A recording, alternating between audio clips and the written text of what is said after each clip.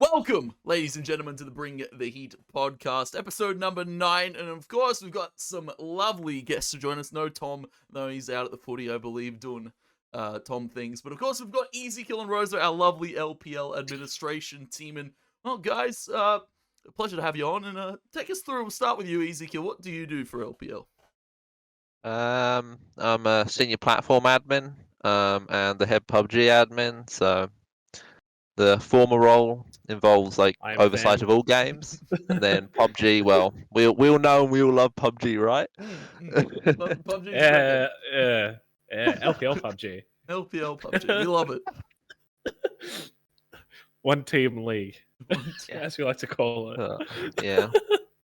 Didn't have to say it without saying it, right? Hey, listen, it's up there. I can plug it as much as I want to. It's right there. We're all good.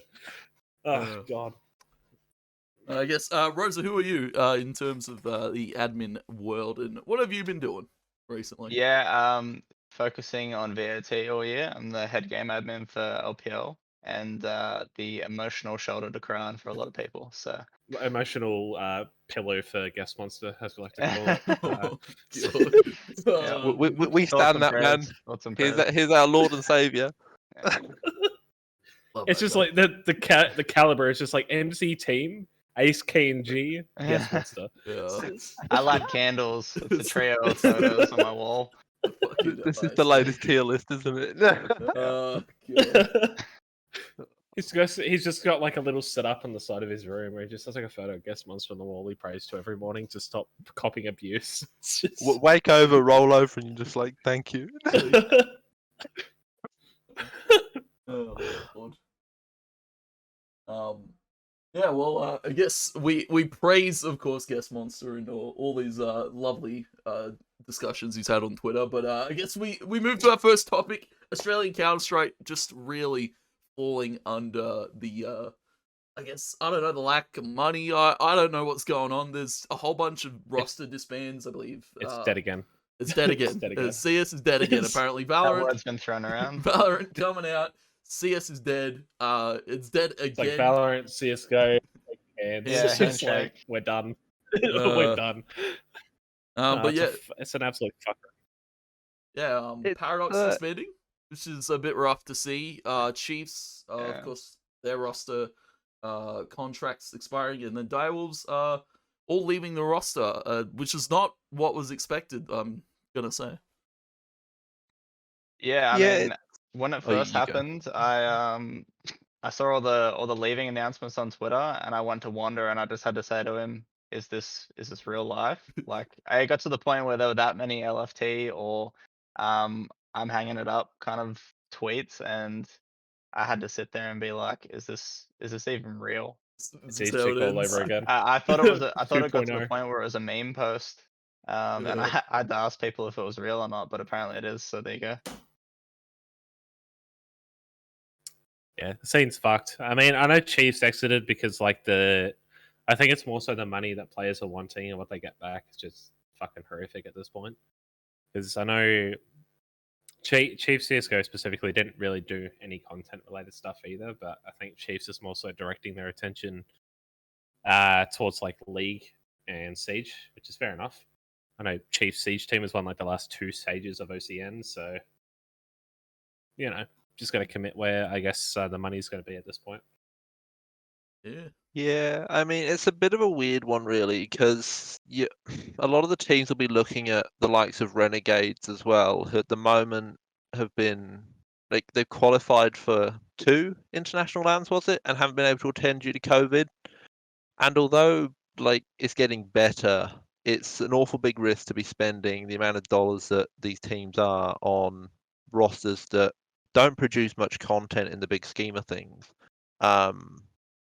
But also can't attend anything that brings in proper viewership, because OCE, I mean, what we see at LPL is with our Pro League, we peak at about 1.6k viewers, which is decent, but when you compare it to the likes of EU Pro League and stuff, which is hitting 50k plus daily, it's hard to justify the investment required by an org.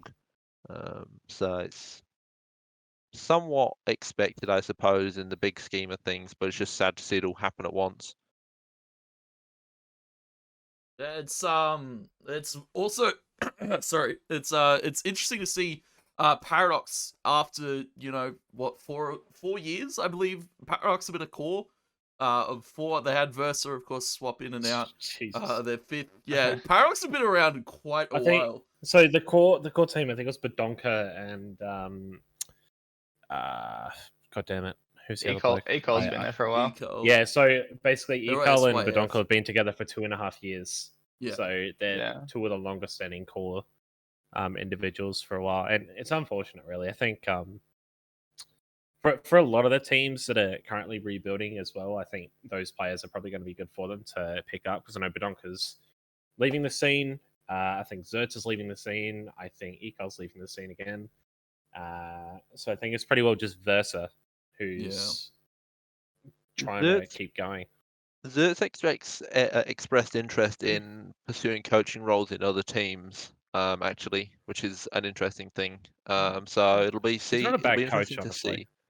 It'll be interesting to see if he goes anywhere decent from here, because I mean, obviously with all the orgs pulling out, do teams themselves really want to be funding coaches at the price they are? Because the other thing as well, I know Paradox wants to go back into CS with a team, whether it's AU or they're probably going to look into Europe as well. I personally hope they don't go to Europe off previous experience. It's not really worth the trouble. It just depends on who you find, because I know they've got teams in South America as well. You know, Brazil, in Argentina for the Apex team.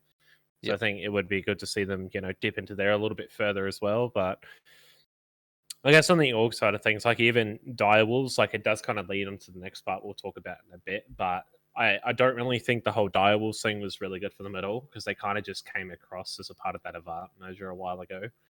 And since that point, they've been trying to push certain aspects of the team, but it hasn't really seemed like Direwolves hasn't really wanted much to do with them, which is a bit shit to think about. It is when you're talking about a team that is as successful as Direwolves. I mean, you'd expect when you have a team that good for them to be one of your main focuses, because weren't they top 4 in the region off the top of my head? They've always been a top 3 team pretty well. Yeah, there you go. So top 3. Even before Direwolves, it was like when they were on Avant, they were a top 3 team. Even before that, when they were on Chiefs, they were a top 3 and realistically, team, I mean, when you got Renegades in that number 1 spot, Order sitting in that second, it's kind of third's the one you're fighting for. So it's kind of sad to see the orgs not supporting them as much as they could do. It was typically between them and Paradox, typically for like that top 3 slot as well, which is a bit shit, because now you've lost your 4th team as well. And It's free for Vertex now. Yeah, I mean, Vertex now top 3. Let's go. Return of Ruffle Code. Not that they haven't put up good numbers, but like they've like put up good if numbers. we had to put pen to paper, right, and look at the teams that are actually going to be up there now, because obviously Renegades are top, there's no one's going to beat them.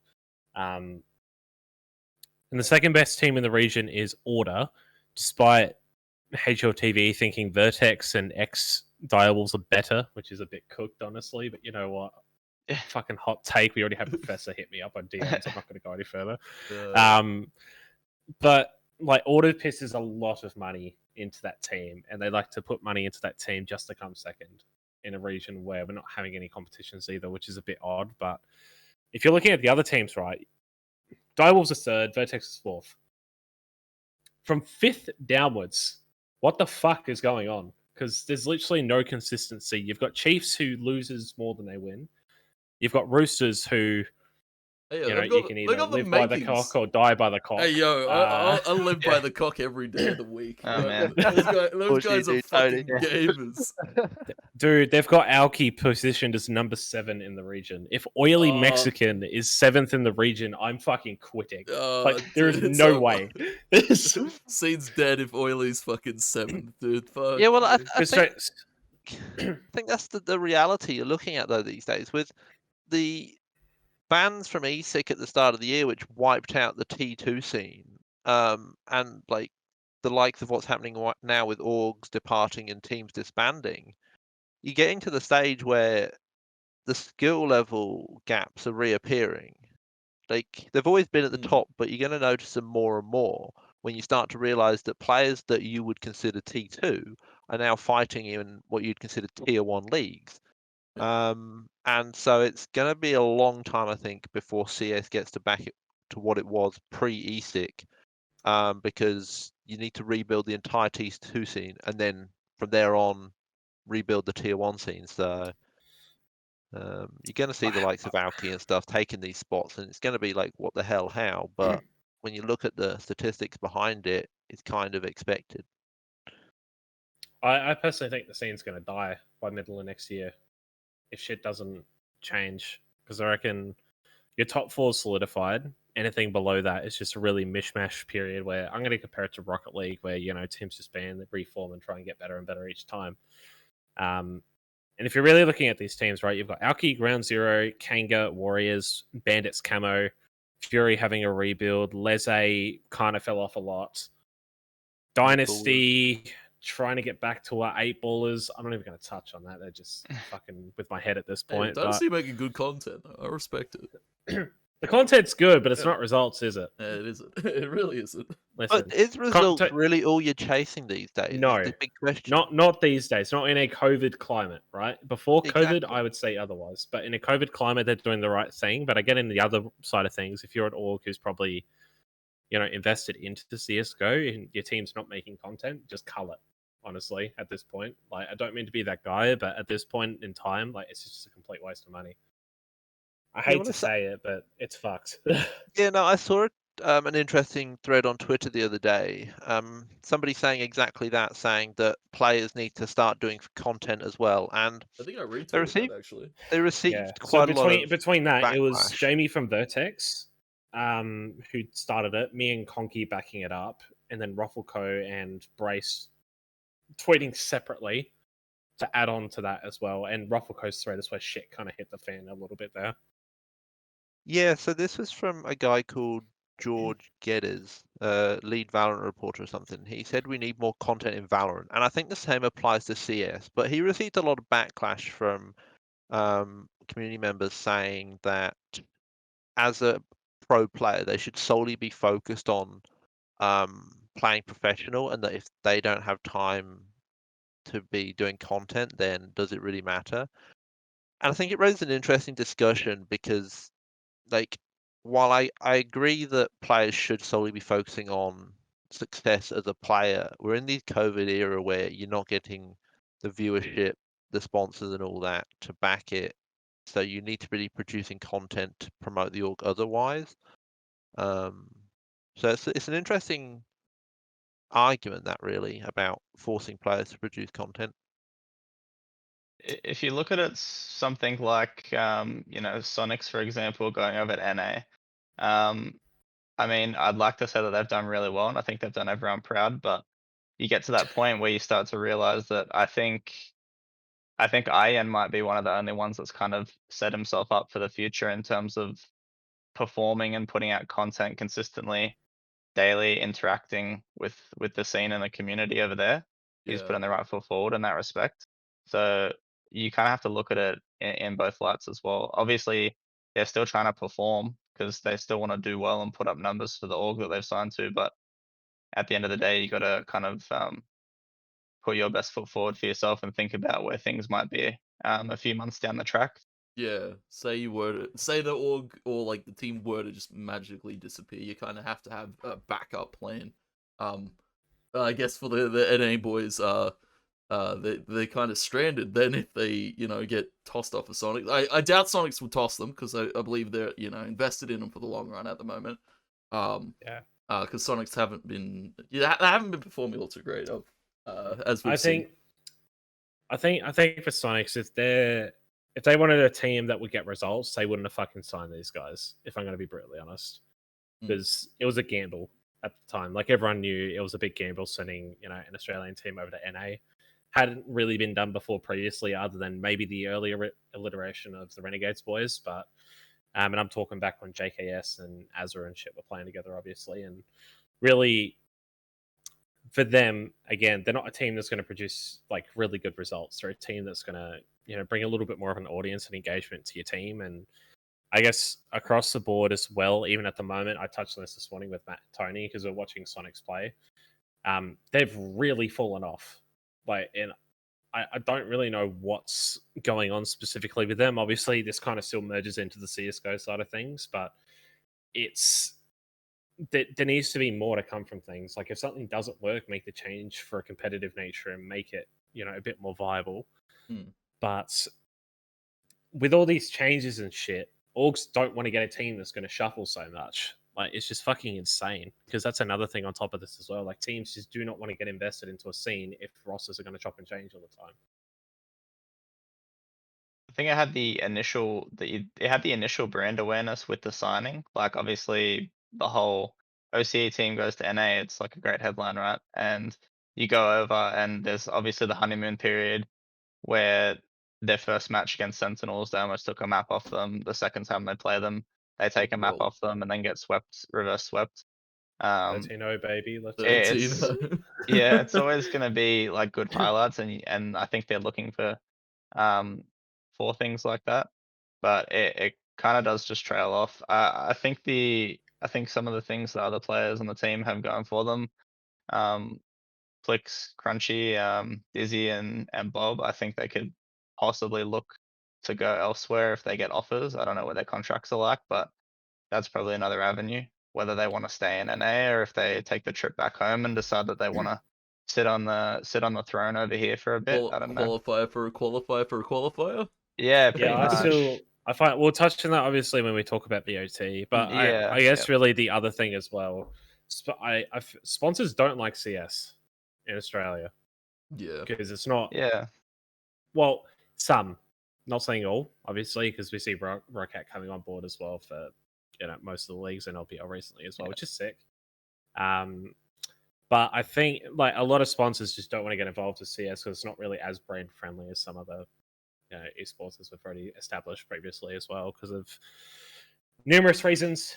Terrorists, counter-terrorists, fucking bombs, yippee-ki-yay, standard shit as we'll have to touch on. Yeah. Yeah, it's definitely not an easy game to market as a TO, but again, as a sponsor, do you really want to be putting your brand name on that sort of thing, particularly at this time of year? I mean, hate to say it, but it was the 20th anniversary of 9/11. That yesterday for us. So this time of year, it's sort of it's even worse for sponsors if they're sponsoring a game about terrorists with that happening. So I think it's a bit hard because we're in a different climate than we were, 5 years ago when the game was probably at its peak, or 3 years ago when it was at its peak, and there weren't as many people caring about, like friendly brand awareness and things like that. Sponsors just hopped on the wagon because it was on the up and coming. It's easier to ride that wave out and then look at it later and say, well, this actually isn't brand friendly, but that's because it's taking a dip.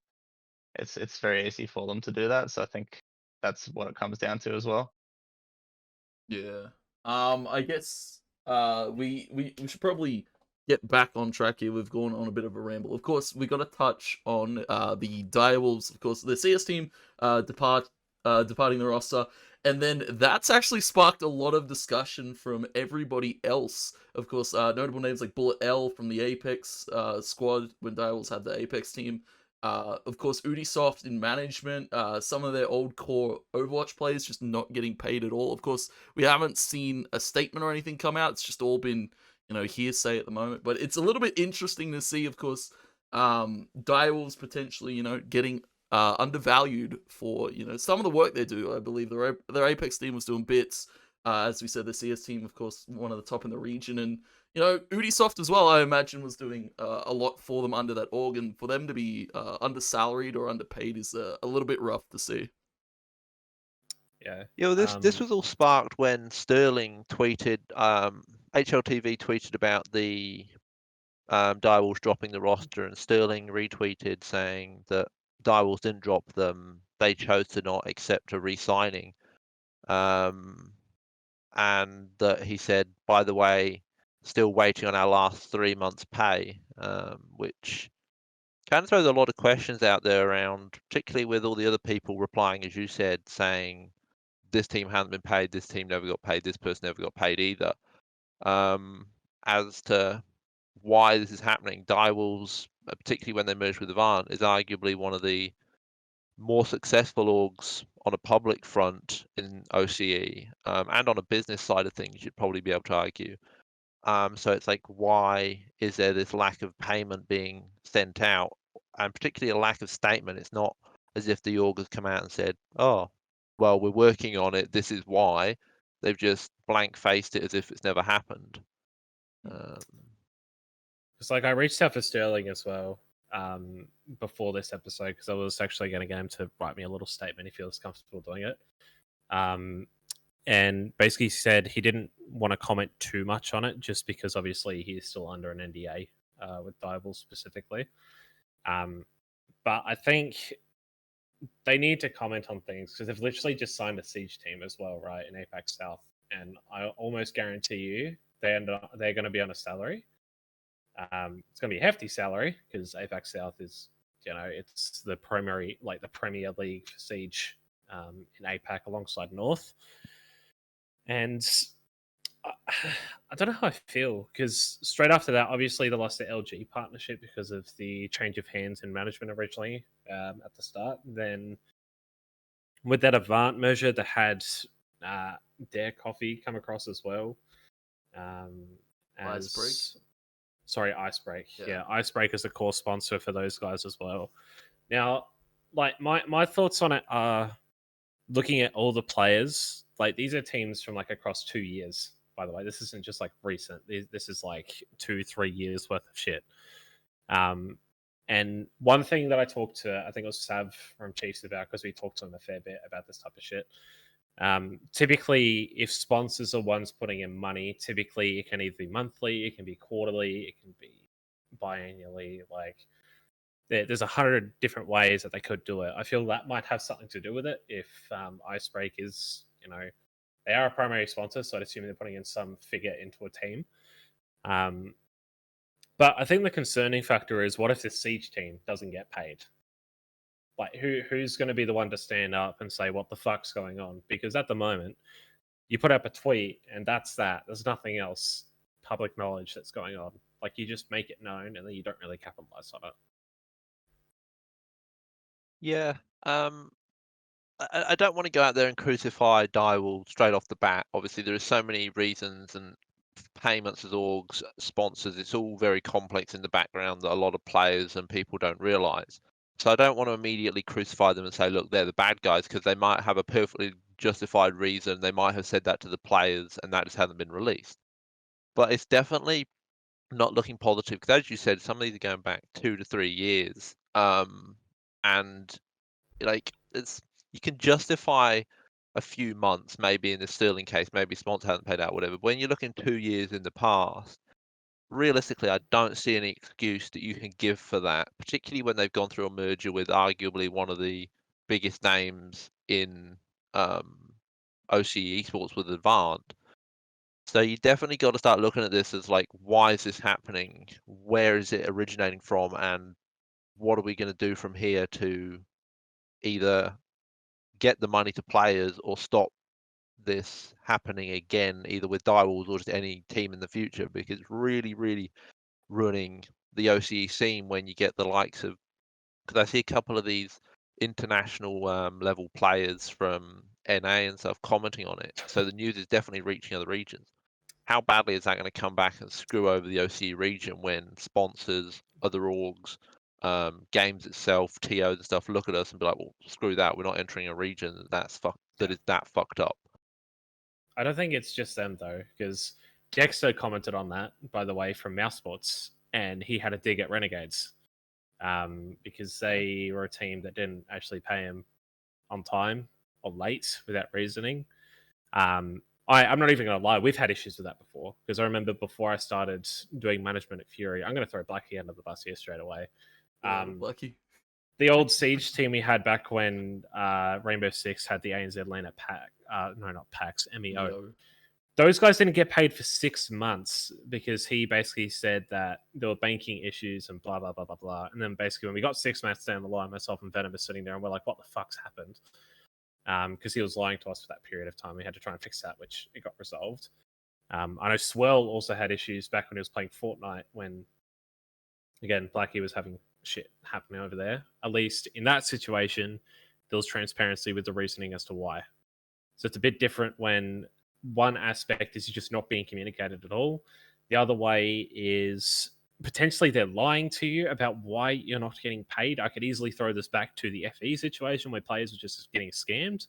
I could throw this back to the Wildcard Siege team who allegedly hasn't been paid their winnings in over 9 months and also salaries in over 6. Mind Freak Rocket League not getting paid either. Like, it's just fucked. Like, I just cannot understand why they can't just be more transparent about this type of shit. Like, it's just absurd at this rate. Is there a justifiable reason or really anything that might be in place in a contract for some reason that's stopping payment from coming through? I know that publishers can take their time to send money and things like that. And even sometimes the TOs can take a little bit of time to send money out to players. Which I know with you guys, you've had issues before with payments and you've been transparent. Not specifically you two, obviously, but yeah. I know like LPL as a whole 100%. is very transparent. Well, 100%. I mean, like TOs and publishers will 100% have delays and stuff because, like we saw Jukesy in PUBG, he's only just got paid out 2 days ago from with PUBG money from PCS3, which was an event. Yeah. Nearly a year ago, I think, 10 months. Yeah, so the context with that is because they got thrown around. So obviously he was playing for us and we had to sort that out. So with that, basically it went between PUBG gets third party organizers to actually send out the winnings. So it originally went through one company and then they took fucking ages, as you've said, to do it. So PUBG basically kicked them out and got a Freaker TV to do it. And they got it done really quick. So fucking props to them. Yups. Hallelujah. Like Big 2 ups. months. But, Thank fuck for that.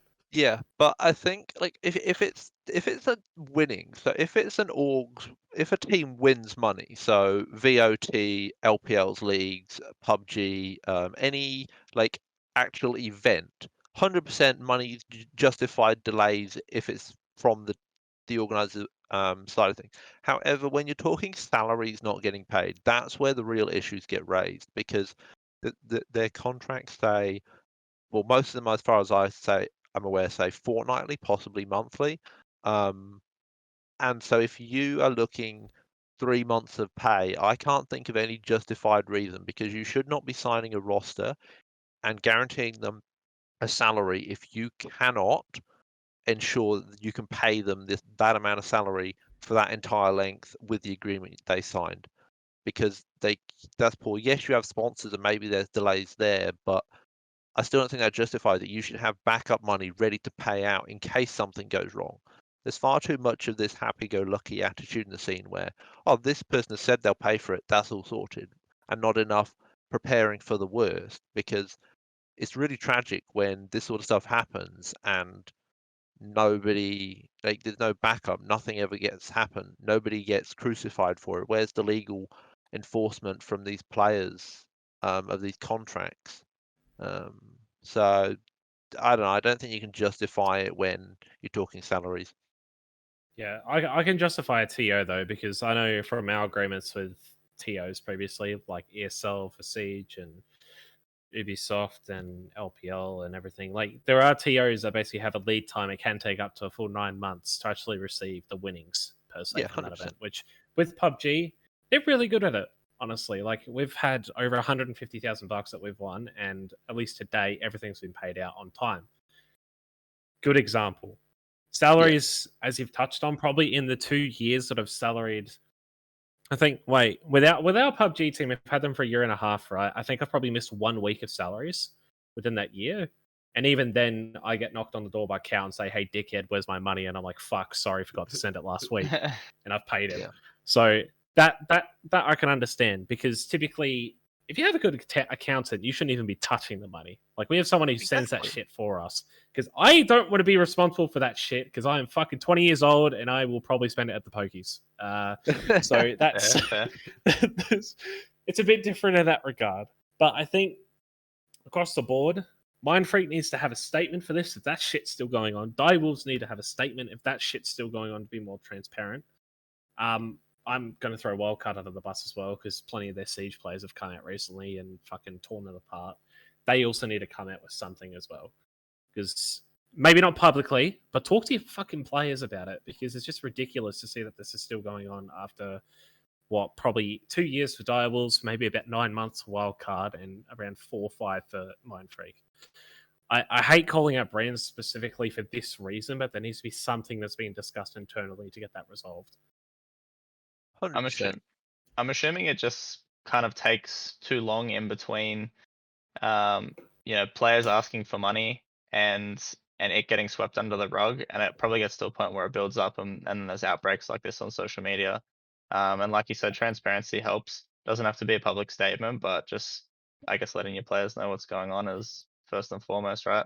They put their trust in you, they Yeah. put their careers in you, so I think it's the least you could do for them. Just drawing on what you were saying a little bit earlier, but like just in general, everyday business practice, if you can't afford to take on work and then have someone, I guess, go bankrupt, or in this instance, not pay out the money, and it's leaving you out of pocket, or in this case the players out of pocket, then you can't really justify that. It's not really good business practice. Having like funds in reserve rather than just waiting on money to come through and then stalling on the players is just, it's a bit unjust. I think really as well, you need to treat it like they're employing people. Like it's not, people just exchanging money just because they can. Like you're actually employing individuals. They're on a contract. If I went to work and I didn't get paid 1 week, if it's a day late and I message my employer and I say, hey, what's happening? And they say, oh, sorry, we're having issues. This will be done by this time. I'll be like, cool, it's going to be resolved by that point. But if it doesn't happen by that point, I'd probably, go fucking see someone about that because, there's people out there who can help with this type of shit, but you're not getting paid. You could easily go to somebody like I forgot what they're called, like a third party thing where basically they speak on behalf of the people. I forgot what that's called. The SDA, as an example, in Australia, that's the one. They basically talk to employers on behalf of the staff who are having issues with wages or whatever. Because in this situation, if that didn't happen, I'd probably sue my employer if they weren't paying me. Like, bottom line, that's the shit you need to get to. And I think in esports, a lot of people are too afraid to do shit like that. But again, you've signed an 100%. agreement. If they're not keeping up their half of the agreement, what the fuck's preventing you from doing something about it? Like if it's something that's really going to be affecting you financially, because these players are getting extra income, mind you. Like this could be helping family members. This could be helping them, get themselves their first loan. Like this type of shit could be life changing for them, and shit's not being paid. I would even say to the players at this rate, do something. Like, go to someone that you can talk to and try and get something out of this. 100%. Honestly, the best bet would also be to try and group up together. Try and track down everybody who hasn't been paid within an org individually, and then go to someone. If you can present a group case, it'll be so much easier to argue. And hopefully something good comes out of it, because it's the scene is really fucked when you've got the likes of tier 2 orgs, so like Overt, 1620 Kings, you guys, for example, those that aren't quite at the top, who do salary some of their teams, paying with no issues. You never see any complaints, never issues. They pay on time. And all that. There's transparency and everything. But this seems really fucked when the top teams are the ones who are just sliding it under the rug. No statements, players aren't getting paid, and it's like, what the fuck? So hopefully some of the players do something about it. Hopefully we see some repercussions if it is indeed an unjustified reason, because it's really, really coming back and harming us, man. Everybody. Yeah. I think this is actually going to be a really good episode. This is going to go for a while. We're actually like Yeah. having a really good discussion Yeah, about this yeah. shit. Coming on which is 40 good. minutes, so we're doing well. Yeah, Yeah. this is good, boys. This is what we like. But, you know, like, I guess going off that topic, Tony, like, we're going to talk about VOT, right? Because we've had a really good chat so far about this type of shit, but I think VOT is where shit's going to get spicy. Pride A and lot of joy. hot takes are about to come in within the next 20 to 30 minutes. So just as a disclaimer to any teams or players watching, this is just an opinion. If you think the opinion is wrong, go fuck yourself. DM Joe on So- Twitter at QuickDraw with a 1 and an underscore. There you go. Direct all your Yeah. hate towards him. I take all hate because I just do not give a fuck. So anyway, let's touch base, boys, because, you know, VOT's been fun. We've had a couple of upsets. We've had a few players do some dumb shit. We've had some very questionable production in some aspects. Nothing against you guys, obviously, at LPL. There's been Don't know what you're there's talking been a about. couple. There's been a couple of funny moments. Tony, respectively, you're just horrible. That's not bot. That's not bot. That's Winter Cup. You can't pin that on bot. Yeah, well, I suppose we should probably start off by just talking, because I assume this is solely about OCE champs, right, for the first part? Yeah, basically. Yeah, so I suppose we'll probably just talk about the results, and like any possible upsets you could see. I mean, I don't know if you guys have the bracket up, but I'll quickly. Okay, so run did you through. guys do pick'ems to start things off? Now, Tony and myself are indirectly. crying. We are crying because my Everything's pick'ems got absolutely fucking railed. I'm Like, fairly sure quite a few Fuck people. you, Bliss. Fuck you. Honestly, I had a 100% pick rate on all of my pick'ems, and then Bliss is like, you know what? We're actually going to do decent this event. Let's And beat just- Wildcard and Mind Freak. Why not? Yeah, well, I think we'll go through the results, and you can kind of discuss them one by one. Obviously, order Direwolves 2-0, no questions there. It's order, for God's sake. Just on Um, that topic, real quick. Crash said that Direwolves would actually upset and beat Legacy and Bliss. You're gonna throw Crash What are your under thoughts the on Yeah. bus. Yeah, I'm but throwing Crash under the bus. but like, straight Crash up. is in a dream world, man. He's Yeah. not right. But and then the next one was Peace vs Legacy 2-0. I'm surprised by this one. I'm not gonna lie. I really expected Legacy to take a map. Obviously, they're a very hot and cold team, always have been. But given its OCE champs, recently signed to Legacy, brand new gear from computers provided by Legacy and all that, really expected a map to be taken here. At least. So I don't know about you guys though.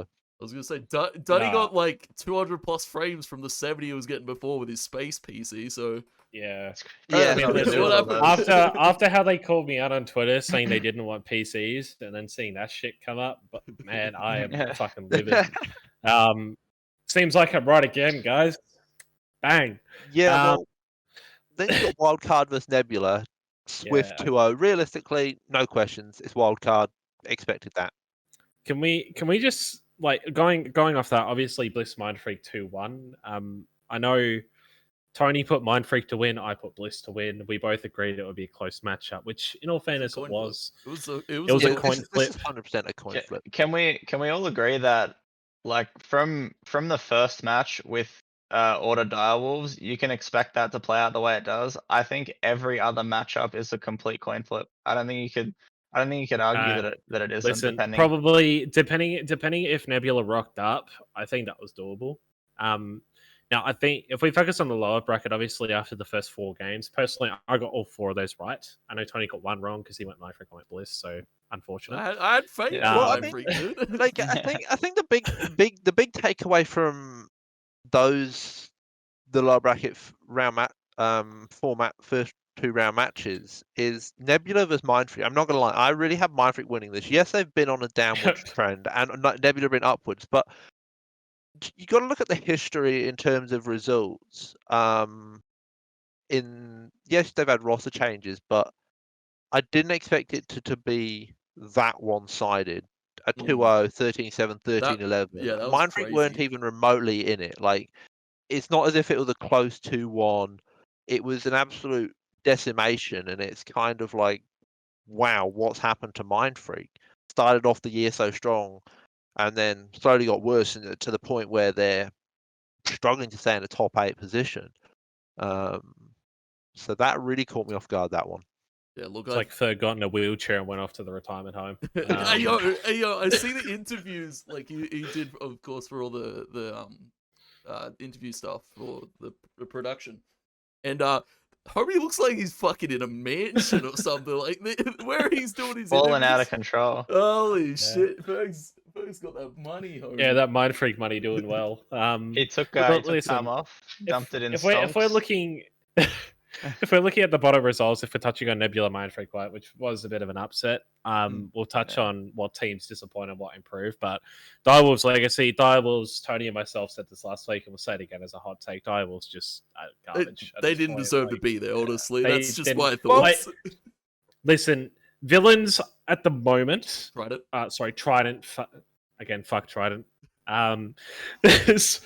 Basically, they are so much on point than Direwolves right now. Now, I don't. I'm Yeah, a I agree. Direwolves team. Imagine Yippee-ki-yay, they flunk out of another event, but they just have not been the team they were previously. They were a decent roster before. Now they're kind of just mates. Probably slapping a Riding couple it beers out. open and drinking it. Yeah, riding it out. I think it's a bit far to go back, but you rewind like 6 to 8 months towards the end of 2020, that roster's pretty nutty, like the old Akatsuki roster coming into Direwolves. Oh yeah. And then even towards the start of the year in VOT, it was a rough start for them, but I still think they kind of managed to ride the wave out a bit. They made stage finals, they did scoop up some points, and it was enough to get them to OCE champs in the end. But I don't know, it's just been a little bit disappointing because I do have respect for some of the players on that roster because I know what they're capable of, and it's Yeah. I don't know, it's a little bit upsetting because especially looking at a team like Legacy, we mentioned earlier that they can be a little bit hot and cold, and you could probably at least expect that series in the lower bracket to go to 3 maps. I would think, but I mean, who knows What was the anymore, really? scores anyway? It was- 7-13. 7-13 and 6-13. Yeah, okay, it so was- it was at least dominant. Ascent It was okay. kind of close. Like Ascent started out like I was like, oh, Direwolves are actually playing well, and then yeah, they just got rolled. Oh over my by god, Legacy. Direwolves playing well. Fucking Direwolves didn't play well. Mist played well. The man doubled the kills. yeah. yeah. Jesus Christ. 1v9. Well, it's always been like that, hasn't it? Though, like it's usually Direwolves have never, I don't think, ever truly shown up as a roster, a full 5-man. Yeah. Like you see, Legacy in that series seriously showed up as a 5-man, pretty much. Maybe one player wasn't on, but that's fine. But Direwolves, I mean, VOT history is they didn't even make it to round 2 in stage 1 regional final. Didn't make it again. Lost both their matches in stage 2 regional final. Stage 3 they didn't make. I mean, they only made OCE champs off a coin flip between them and Vertex. Pretty much, there was like 1% in it when you look at the tiebreakers or something stupid. So it's a huge. I suppose it's actually no surprise to me that they're there. Like, I don't know about you guys, but I don't see. They might be skilled individually, but as a 5-man, they've always struggled. And I mean, it's kind of particularly because they just signed in him, right? He was the star carrier and player of Wildcard when they won stage 2 regional finals. Best Um, mechanical player in the and- region. Someone say. Yeah, stage 2 regional finals, he was without a doubt the greatest player in the region at the time. He went absolutely insane, played so well on every map. But he's coming to this roster, nothing, no clips, no nothing. Didn't hear a word from him. I don't know. It's expected of the roster, but with him on there, I don't know. It's just not happened. You could argue that they didn't make regional final 3 kind Yeah. of based on the fact that Ninim just stepped back into the roster. They probably hadn't had any time to practice or put anything together. As much as Ninim's played with those guys in early iterations of the Direwolves roster, you could say that there's some cobwebs to get out, but I don't think there's a lot of excuse between the end of stage 3 regional finals, which is over a month ago, Yeah. until now. So I think the big thing as well is that Vertex didn't actually play in the previous ones either, because that team originally when they were with Kanga, when they left as over Power Strike, they did actually Yeah. take some time off as well. So I think Oh, if yeah. Vertex did play in the other regional final, they would be there instead of Divals, like 110%. Yeah, Oh, Oh, definitely. they would have had more points. Yeah, no Yeah. doubt. Yeah, It all guarantee came down but, to a tie break for the points. But yeah, which you know, shit, it happens, right? You guys, you have the points there, you have the stats there. It doesn't lie. But in an ideal world where Vertex did play, they would have qualified. But I think really, if we want to touch briefly on, I guess, the upper semis on the lower round too, I think the upper semi-finals, personally, I think the first match of Order Peace, which is going to be, you know, a rerun of the Grands, I kind of hope Peace turn up a little bit more because Breeze, that's their bread and butter, and they got bent over and spanked.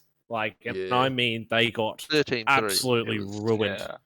Like, that was disgusting. Order had like the single best attacking side I've seen in a while from them on Breeze. Yeah, It's I mean, definitely it's easy to say that they might have sandbagged a little bit because at the end of the day it is Order. Their main focus is probably going to NA, and they, you know, like they did last time, they had a lower bracket run, absolutely dominated. Ronsky went nuts, and you would probably expect a similar thing to happen because they're still riding that momentum. It hasn't. It's been, you know, 4 weeks between now and they played Order in the last best of 5, and they're going into it again today, but they don't want to dump all the strats on Order just to go through the upper bracket when you know that they can do a lower bracket run, pull some things out of the bag we haven't seen before. I think it's a bit easier than Yeah. trying to push a win against Order. I guess also to touch on the other upper semi, Wildcard getting 1-2'd by Bliss. Not what we were expecting at all. Wildcard, they had a bit of a rough, I think it was stage 3 overall, but yeah, this was not what I was expecting. We saw Wildcard come in, you know, they 2-0'd Nebula, they looked in the form you expect from a team like Wildcard, but yeah, Bliss just out of nowhere, they pulled it off and they sent Wildcard to the lower bracket. Yeah, Tony, well, I mean, I think Wildcard this is a came hot into this. take. Oh, well, You go first, no, Ezekiel. You go you first. take your hot take. It's a hot take anyway. Okay, so I'm saying this straight away. This should have been a 2-0 wildcard because straight off the bat on that first map, they choked hard. Like, I'm saying it now. That first map should have 100% been wildcards. They just choked it hard. Second map, now they won that. Yeah. That was a close game. Both game they should have been a wildcard 2-0, Swell dropped but the first 34 map they kills. choked it up. Yeah, and second map on Ascent, Paul Swell had to just carry his team across the line. Then third map was close as well. This should have been a 2-0. We shouldn't have seen 3 maps. Especially, this was the series where Azlo was kind of just... I don't know what the hell was going Like, on. Where? But yeah, I mean, you look at it coming into this. I mean, Wildcard came into it as the 2nd seed. Bliss came into it as the fifth seed. No, 5th, Yeah, I yeah, think- because Mind Freak. Because yeah. Peace just edged them out, I think. And I mean, coming into that from stage 3, Wildcard, I mean, they came 3rd. They lost 2-0 to Order in the upper semi, in the upper final, and then in the lower final, they got 2-1'd by Peace. But Team Bliss in that were nowhere. They got destroyed 2-0 by Mind Freak in the lowers round 2, and it was like 13-2 on Breeze, which shows you the comeback that has happened by Team Bliss in this and how much they popped off, but also just how badly Wildcard performed. Like, don't take anything away from the players. All great players, obviously. Don't want to cause hate. But yes, if you compare statistics, Team Bliss shouldn't have had a chance in this. So huge upset in my opinion. Yeah, I think we definitely had it all. Like at least me and Joe were just like, oh yeah, Wildcard go through the uppers. This This go lower is the bracket. one that made do me... They do what Peace. This do. made me have a lot of drinks that night. Yeah, because it was a rough one. it wasn't ideal. I just want to make a big note. Like, the servers have been pretty rocky, which I've been Oh yeah, that is like running. running the games has been extremely disappointing. Yes. That we're coming into the biggest point of the year and we can't have stable servers. We've got Yeah, new patches being pushed out like the day That- of the tournament. It doesn't That make has something sense to me. do with it as well. Because I remember the first map of that series had a 30-minute like delay of some type because of the issues, and Wildcard had good momentum going, and the Yeah, it was issues 8-5. kind of caused them to topple. It was- That's or why. 7-5 That's or something like exactly that. why I thought they choked That's- it, because of those issues. That's It why. definitely doesn't help, but realistically, I mean, this is OCE, and like I don't want to blame. I don't want to say that the players should be ready for it, but you're playing OCE. We have we have a 5-hour time difference between games. You have servers. We have one server because the other set got closed down. You got people playing on ping from anywhere, from fucking 6 if you live in Sydney to like 70. Is it with Ferg? I think it was, or Yeah. something stupid Yeah. from Western Australia. It's like you got to expect issues. I hate to say it, and like we hate to have to prepare for them and blame it on issues, but you can't let I say minor, but server issues change your attitude or your momentum. You've got to keep your mindset up, and if you're letting it affect you, then that's kind of a tough shit. You got to learn. You got to get used to it. better mentals. Yeah. Pretty well. Pretty much. Well, they have a coach. Well, kind And of I mean, the Biz. yeah. Yeah. Listen, you can have a coach. The coach is there to teach you strats. It's not there to tell you if you should be a sook or if you should be, Yeah. Like, I don't mean to be that guy, but typically that's what a therapist is for. Well, Yeah. some of them have psych coaches. So like, you do have people to tell you that and teach you how to. I know Justice Esports back in the day had a very good one in Dr. Gurner. Obviously, I'm not talking about Justice, but she was very good, great for the players, taught them how to handle losing. Brilliant person. I highly recommend it for any teams if you can afford them. Wouldn't be surprised if Wildcard had one given the size of the org. But yeah, I think blaming it on server issues is sort of a cop out. It doesn't help, Yeah. but both teams suffered it. Yeah, I mean, So let's touch base on the other two matchups, right? Because we had Wildcard take on Legacy, which personally I thought that matchup I think should have 3 maps, pretty generic, I'd say. I think Legacy Yeah. did really well to at least get there. well, isn't that the one where Legacy should have? I think it went to 12. Was Yeah, it 12, 12, 11? And 14, then yeah, which Legacy Yifang won. did it. OT. Yifang missed that last clutch when old thingy got the defuse, which caused them to lose the map. Yeah. That was the one. Yeah. Which was really unfortunate. So that could have been a 2-0 to Legacy. Yeah. Like it literally came down to a minor misjudgment and half a second delay in thinking on one map, one round in a map to change that entire outcome, which is kind of crazy. Yeah. So great. I think the series. other thing as well with the Peace Nebula game, like the overall take from this event, Nebula did well. Bliss, like they exceeded everyone's expectations. Yeah. But straight away 2-1 Peace. I think Nebula, like they would have been really proud with their effort. I think across the board, looking at the maps as well, like beat Nebula MF. took away Icebox off Peace. Now Peace recently has been quite a good Icebox team overall. They took that map off Auto previously as well. So Nebula taking that 13-15 was just obscene, especially seeing the next map they got absolutely fucking battered. 13-3, Peace, Breeze, go fucking figure. Then Ascent was a whitewash. But I think like the big take, I don't want to touch on it too much for this series specifically, but I'm so fucking annoyed that Nebula has disbanded. Like I'm actually pissed because like just seeing the these upwards results. trend is huge. Like Yeah. statistically, if they keep grinding and pushing, they would arguably be fighting Peace. for a top 3 spot. I'd say top 4 They spot would actually. they would be Peace. Yeah. They would be another Peace. They'd be just below because at the moment in the region, I think you have Order, Peace, Wildcard, then Team Bliss still, even though there was that upset. And then Nebula, and I think Nebula is really on that border of knocking Wildcard and Bliss down a notch because of their upwards trend is insane. So it's devastating to see them split up 100%. Not to rag on like the members of the team, but I think you've got Minimize with such a good brain, and I can't wait to see him develop over time. Praying that he still sticks around and keeps at it, because I think he could be like a next Texter of the region, like with that kind of brain on his shoulders. He just needs to like mature a bit more and have more time. Like obviously Texter's got so many years on him and so much more experience.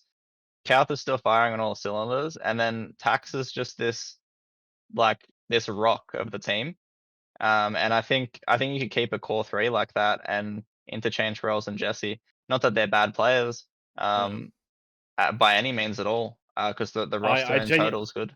I feel if you have a mash of Nebula, because there's going to be couples that there's going to be shuffles that come from this. I think Yeah. if you shuffle through Nebula, Mind Freak, and probably Wildcard, if I'm going to be honest, I reckon you could Yeah. see probably another team that could be, going for that top 3 spot alongside Order and Peace. Because I think the last 2 events, Peace has kind of solidified themselves as that second team at this point, because I think Wildcard has really underdelivered on a lot of things. But I think going on to that as well, Peace 2 woed Wildcard. And I again put a hot take on Twitter saying Seiko was not the problem. Seiko is definitely not the problem. Yeah. Well, he came out in the interview. losers final. In the interview against Bliss, wasn't? I'm sure it was Bliss It was yesterday. It was Bliss. Yeah, he said he wasn't the Yeah, issue. he said he wasn't the issue, and I 100% back that. Maybe at the time for them, I don't know the full inner workings. Maybe there was more to it than just skill. But even back then, statistically, it was a weird choice to drop. So it is somewhat good. I do love to see an underdog story, the comeback. I'm a big sucker for them, and I think Peace is probably the underdog team in terms of players and where they've come from. Yeah, they just got Tensai like a month ago. If we're going to talk about the individuals on that team, right? Especially Sign got dropped from Order originally. Yeah. Swell hasn't really been on a, I mean, specifically if we're talking about Wildcard as well, looking at, I guess, what they've got on their team.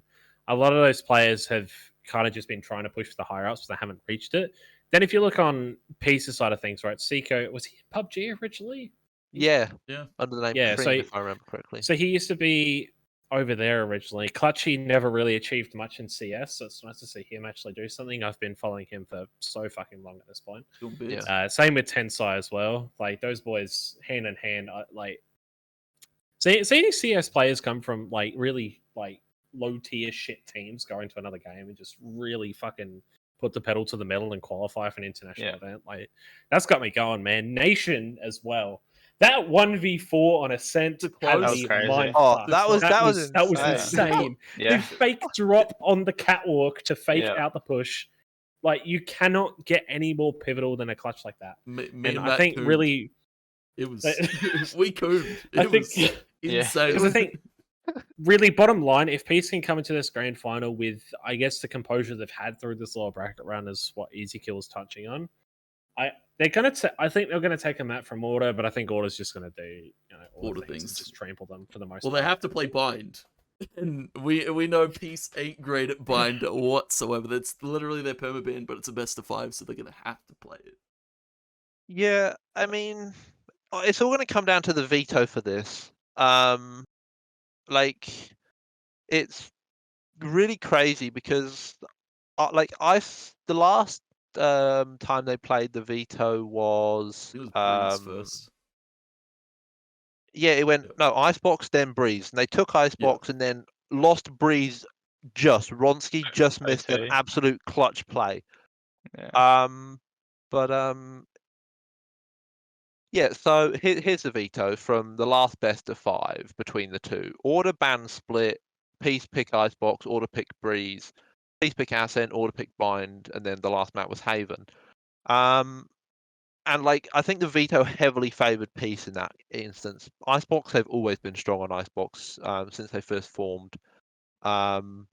Breeze, at the time, we didn't totally know it, being somewhat new map, somewhat new roster. But they're really strong on Breeze. So, straight off the bat, strongest maps came first. So, I mean, if you get a similar instance this time, 100% wouldn't be surprised to see a 3-1 to Order or even a 3-2. But yeah, particularly the other maps, Ascent, Bind, Haven, possibly even Split, depending on which one gets banned. If they get picked first, I definitely see a 3-0 on the cards. It's curtains, straight away. It's been 4 months since Order has lost a game, by the way, as well. Just to put that into perspective, no one has not a game per se, but a series. And I was gonna say people are taking maps off of them. Yeah, they're taking maps, but a map and a series, it's a map.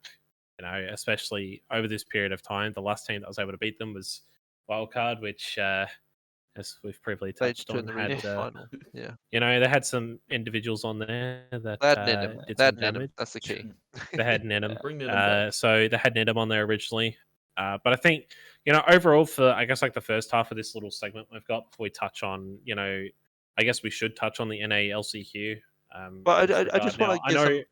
Oh, sorry, I just want to give some statistics give on some that order props. Give some versus. props. Go for it. Just so order versus peace quickly. Just some statistics. Because I'm a big statistics kind of fanboy. Like coming into this championship, so I haven't included any of the maps because I haven't been able to do my statistics during them. Order had an 84% win rate for the entire year. Every single game they've played in a competitive setting in 2021, 84% win rate. And for VOT alone, it's 91.7. Just to give you That's some fucked. background of how Yeah. fucking insane they Jesus. are. Now, Which is listen. absolutely insane. I want to hear your opinion on this because Tony and myself have kind of just talked about this in previous weeks before. Do you think it's a case of Order is above everyone else, or do you think it's a case of everyone else just cannot play catch up right now? Do you think which one do you Catch think up. it is? Playing catch up. Order is it's both depending on which point of view you look at it from. Order is what every team is aiming for. Like they don't necessarily have the greatest individual players in the scene. Like there is definitely players that can play agents better. Like Ronsky is probably one of the best Jets, if not the best Jet in the region. The man is insane. He's popped off in most series he plays. But their team play is unbeatable. We sit in their comms as admins, obviously, and I'm not going to reveal any details. But when you compare, because we discuss it amongst ourselves about how teams communicate and stuff and what it's like, Order are easily their comms are so professional, on point. They only comm necessary stuff. It's so perfect. You'd never hear them get down. It's all this professional stuff, I suppose. They've got the professional aspect down pat, which a lot of teams struggle with. So I think that's where teams are struggling to play catch up in the team aspect of it, not the player aspect. Yeah, it's really apples to oranges, and the only other team I think I've listened to comms for that is comparable is God Squad in stage 1 before they went over to NA when they were in limbo about whether that was happening to go to play for Sonics. That's the only comparison. There's like all the other teams are really great, but with those teams, you can hear the one sole voice as a leader. And I mean, even Peace yesterday, Clutchy's interview, absolutely rapped for that guy. I spoke to him after the match, and I'm like really happy for them that they're going to NA because they really deserve it.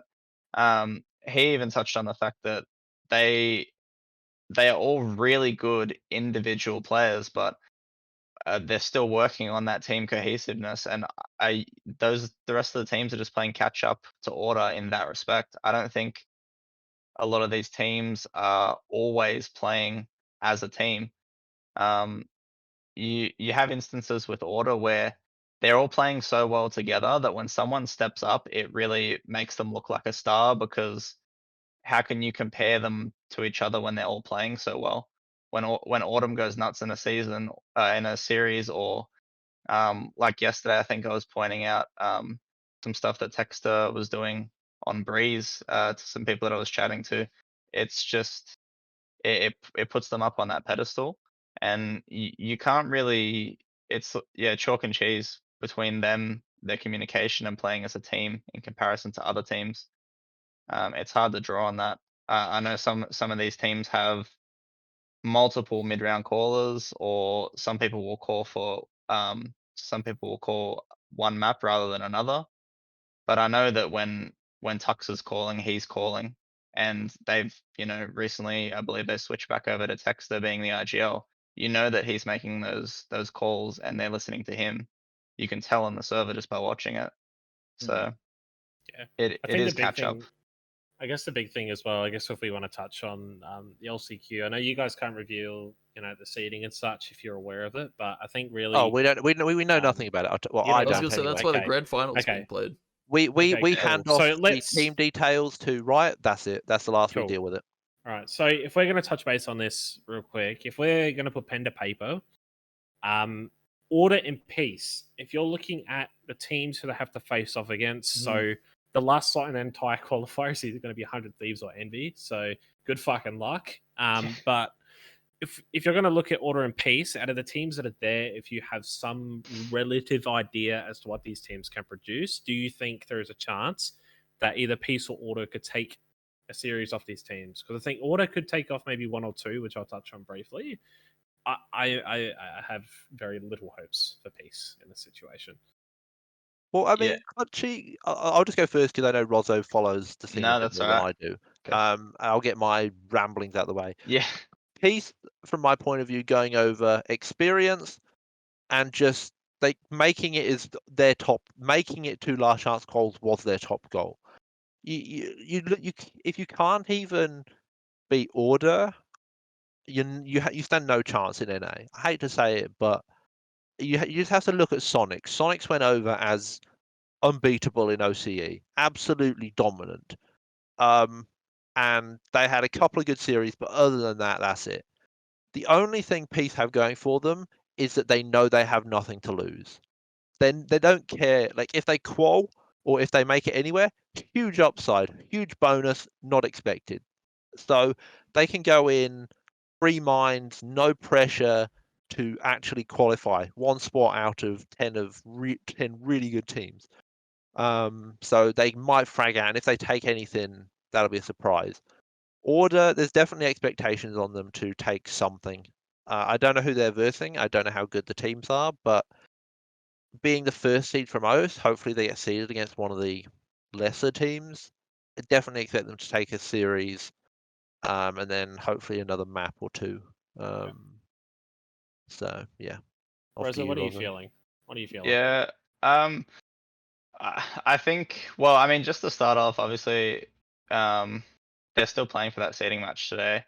And realistically, like we touched on, Peace is just wrapped getting the spot as it is. I think prize money is a secondary priority. And the fact that they're playing for, I guess, first or second seed out of the region to go to that event is, well, like they even said, and most people have been backing up as well, they're like Order's little brother going to the event, really. But I think, yeah, they're along for the ride, and I think it'll be good to see those two teams work together. Because if they're gonna scrim at all, they'll scrim against each other most likely. If they can't get any scrims with the NA teams, so I would hope that there's some information passed between the two to boost the way that Peace are playing when they go over to NA. I think today's match might be a bit interesting because Peace don't have that pressure anymore of having to play for that slot. They know that they're going.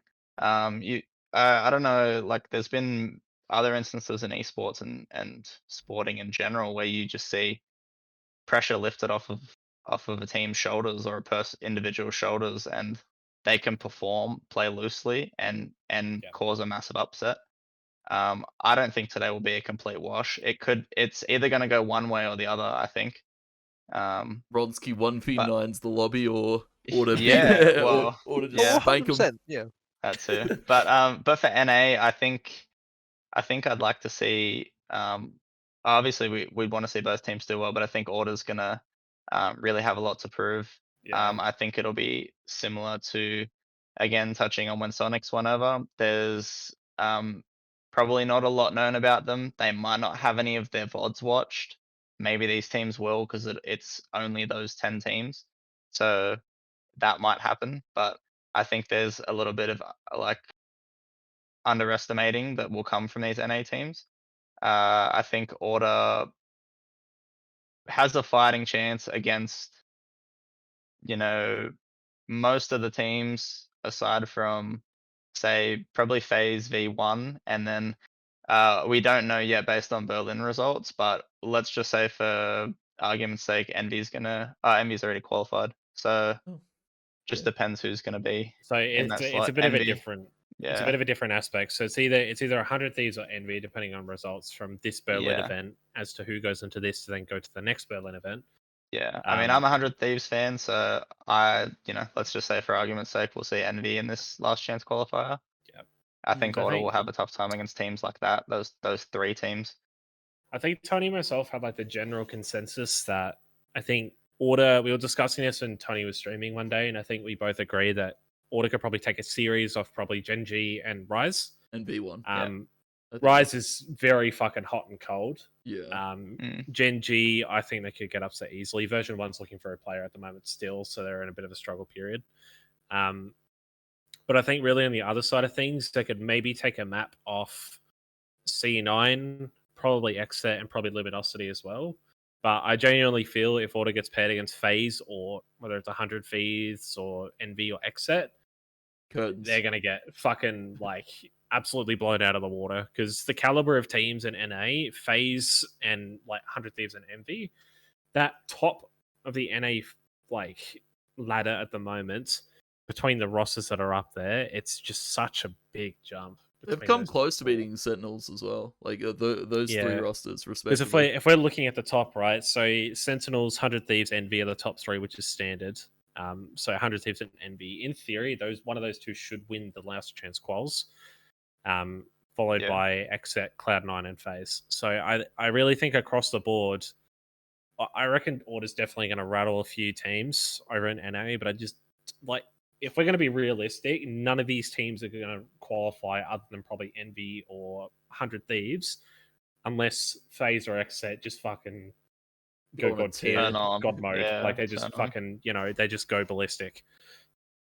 And it's gonna be interesting. Will we see maybe Peace, of course, maybe upset a map or a series here or there? Because Peace, of course, have been that kind of underdog story. They play a little bit differently than Order. Of course, Order very structured. Peace are a little bit looser in how they play. Would Peace have the potential to upset here? It's Probably a tough one. Rise.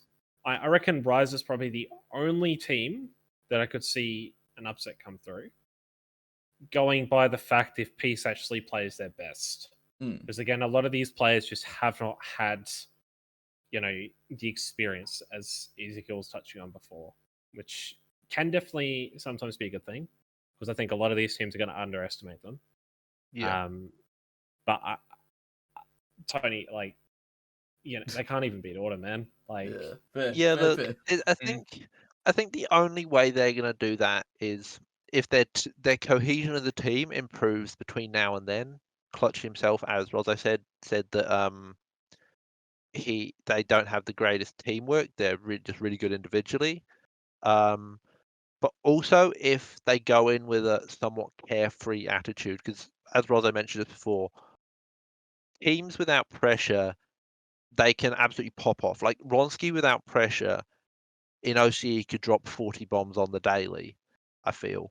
So if they go in with no pressure, play out of their minds, and well as a team, 100% they could take a series off, like as maybe Rise or a map off some of the others. But otherwise, I don't see it happening, because these teams, they might not be the top of NA, but they're their teamwork, they're absolute gods compared to OS.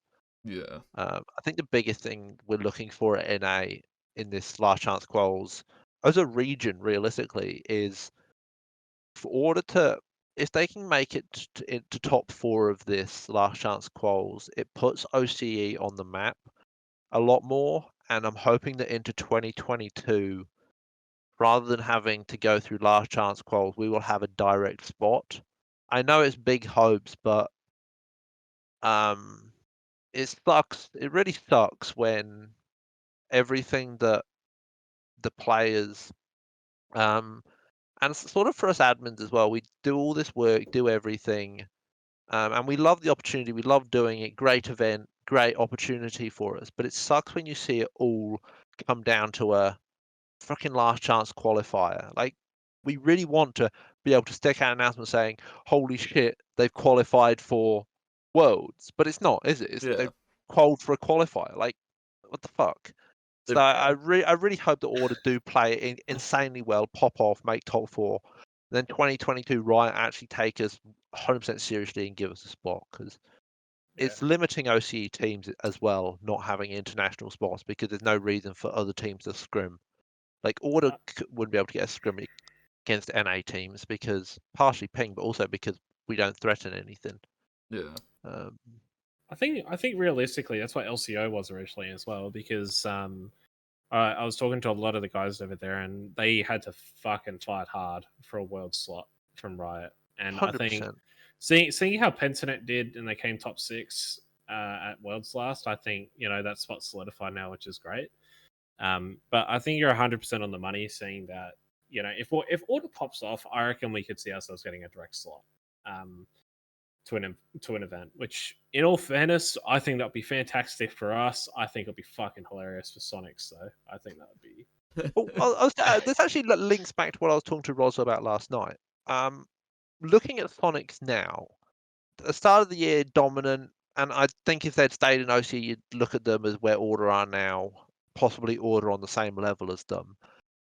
Would Sonics, is them moving to NA? Obviously, signed to one of the best orgs in NA at the moment. With what Sonics is doing,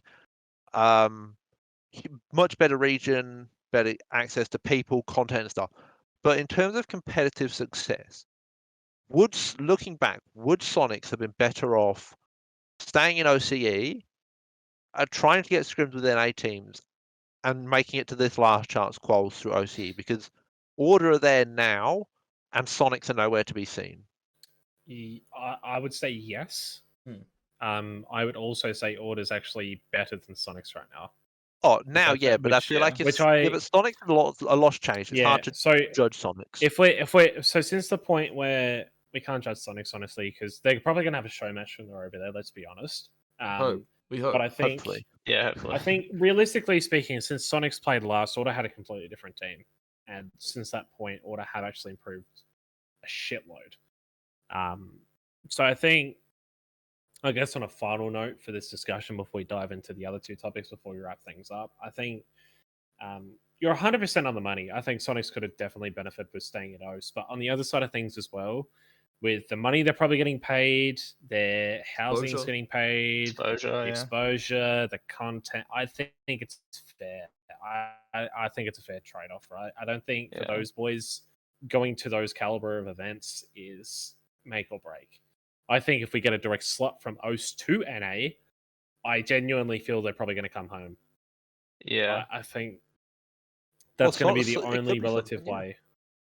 I think that's going to be realistic, personally, because if we get a direct invite to the world events for Valorant, it would literally make no sense from a competitive standpoint to stay in NA. I'd come back home and just try and mop up the scene again. But I still think Order's probably just a little bit more in front of them at the moment. But we still haven't been able to really justify things until we get to see it, I guess, firsthand when Order go to NA pretty well. Yeah, I think also depending on, I guess they would have been offered the deals with Sonics and probably jumped at it because they would be about as excited as anyone. I still think, even depending on what those contracts were, if they bothered to sit back and look at it and think, oh, this is a somewhat of a performance-based contract, it's not going to last until the end of the year or go on to next year, then I think there's also room for reflection to think about it as well. I think if it was something that wasn't going to be a long stint where we would see them see out the rest of the year in NA or the start of 2022, they might not have even left because it's not worth it for them. I don't really know, but I think it's also something to consider because, again, there's everything saying that they would have been that second slot going NA right now. There's a lot. It's really hard to say that they wouldn't be that second team. Yeah.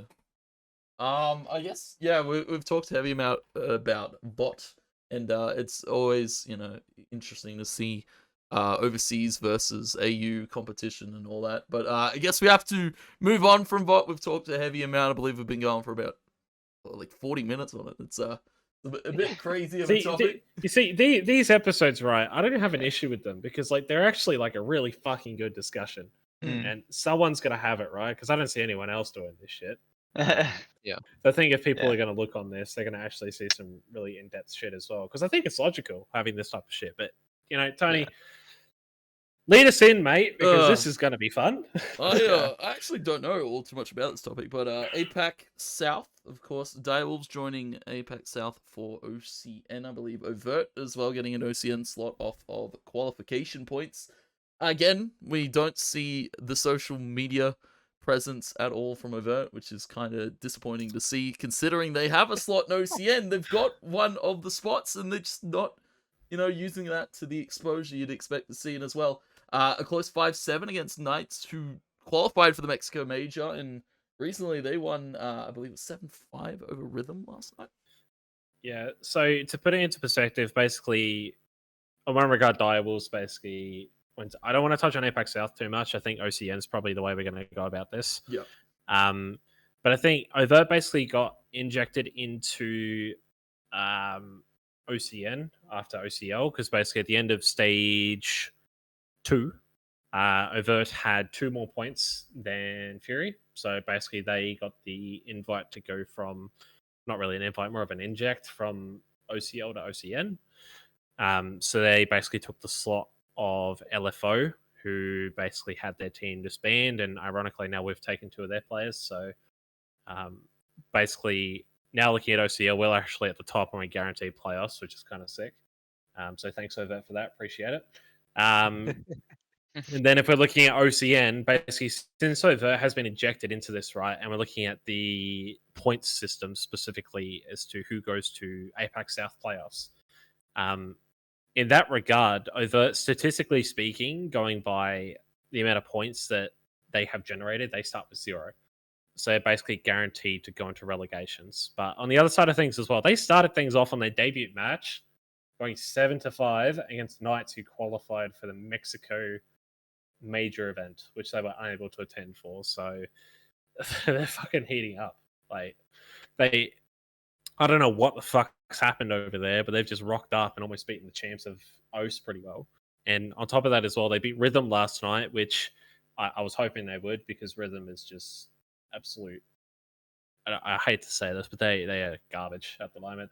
Like these boys kind of just got slapped together to try and put a slot together for this event pretty well.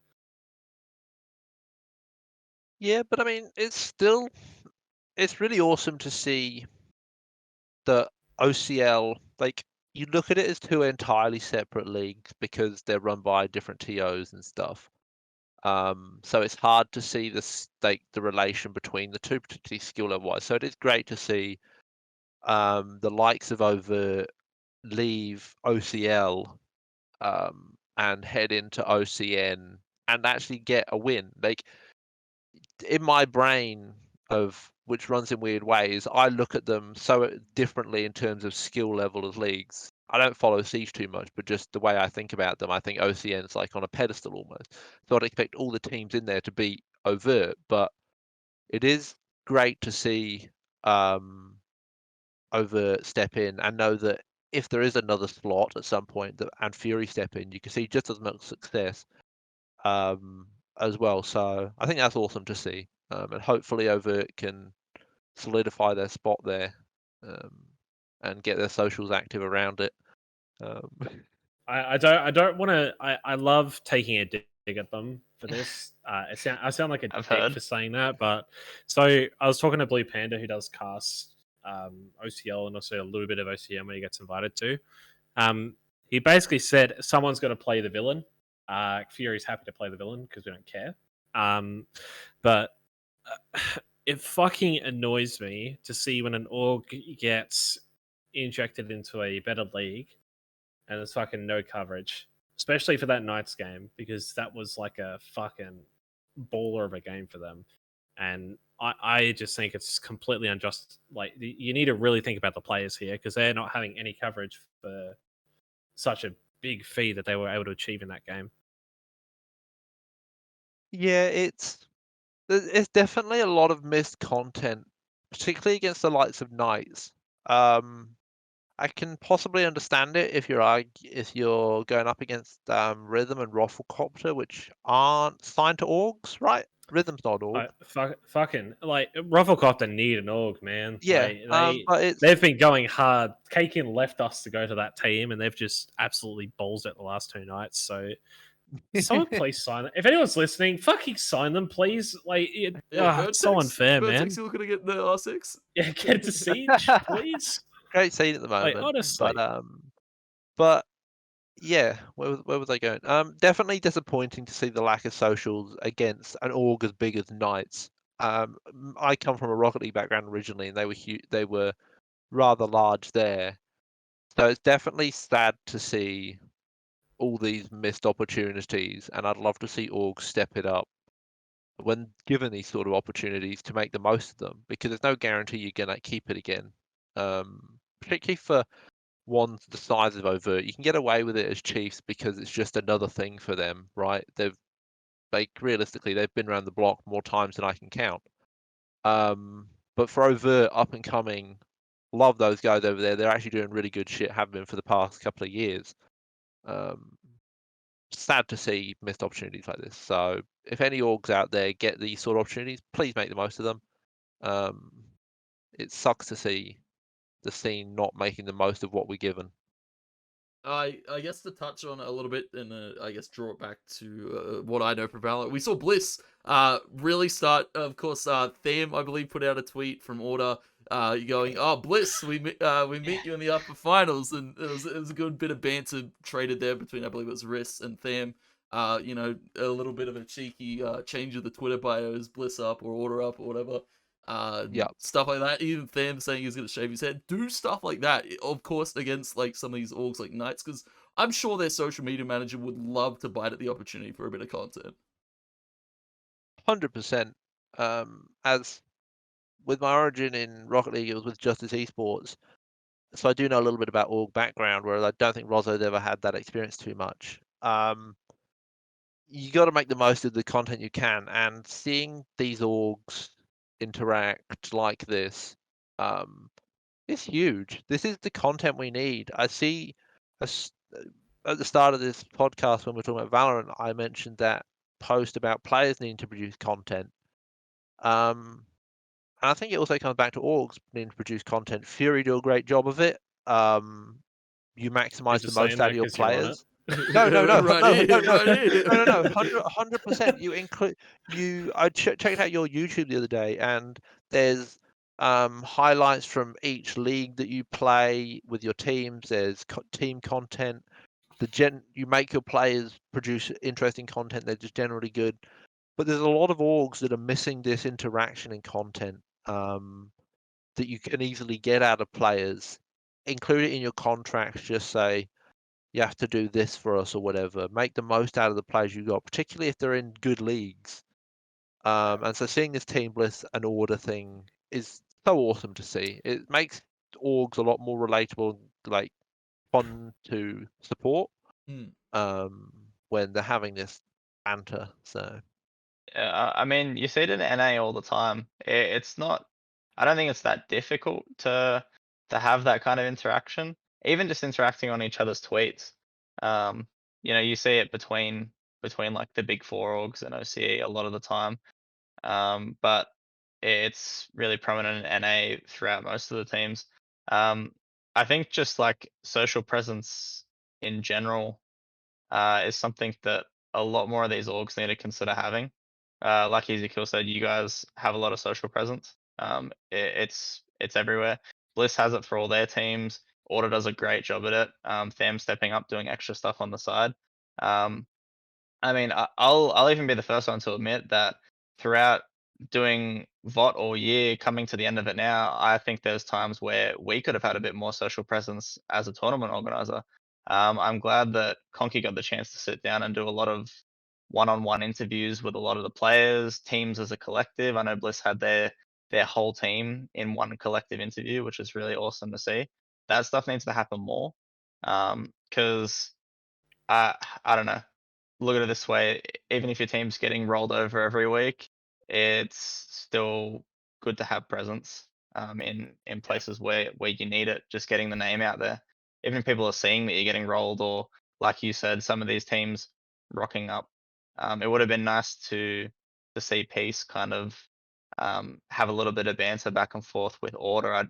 There might have already been some, but that would have been nice to kind of see that back and forth happen a little bit. So I think the other thing as well is I find it very fucking ironic how teams and players, like obviously teams want sponsors and investors, players want more money to play the game. I find it very rich how people just want more money to get shit out of someone's ass instead of actually just, trying to, just fucking it. man up and do it. Earn it. Like you gotta earn it.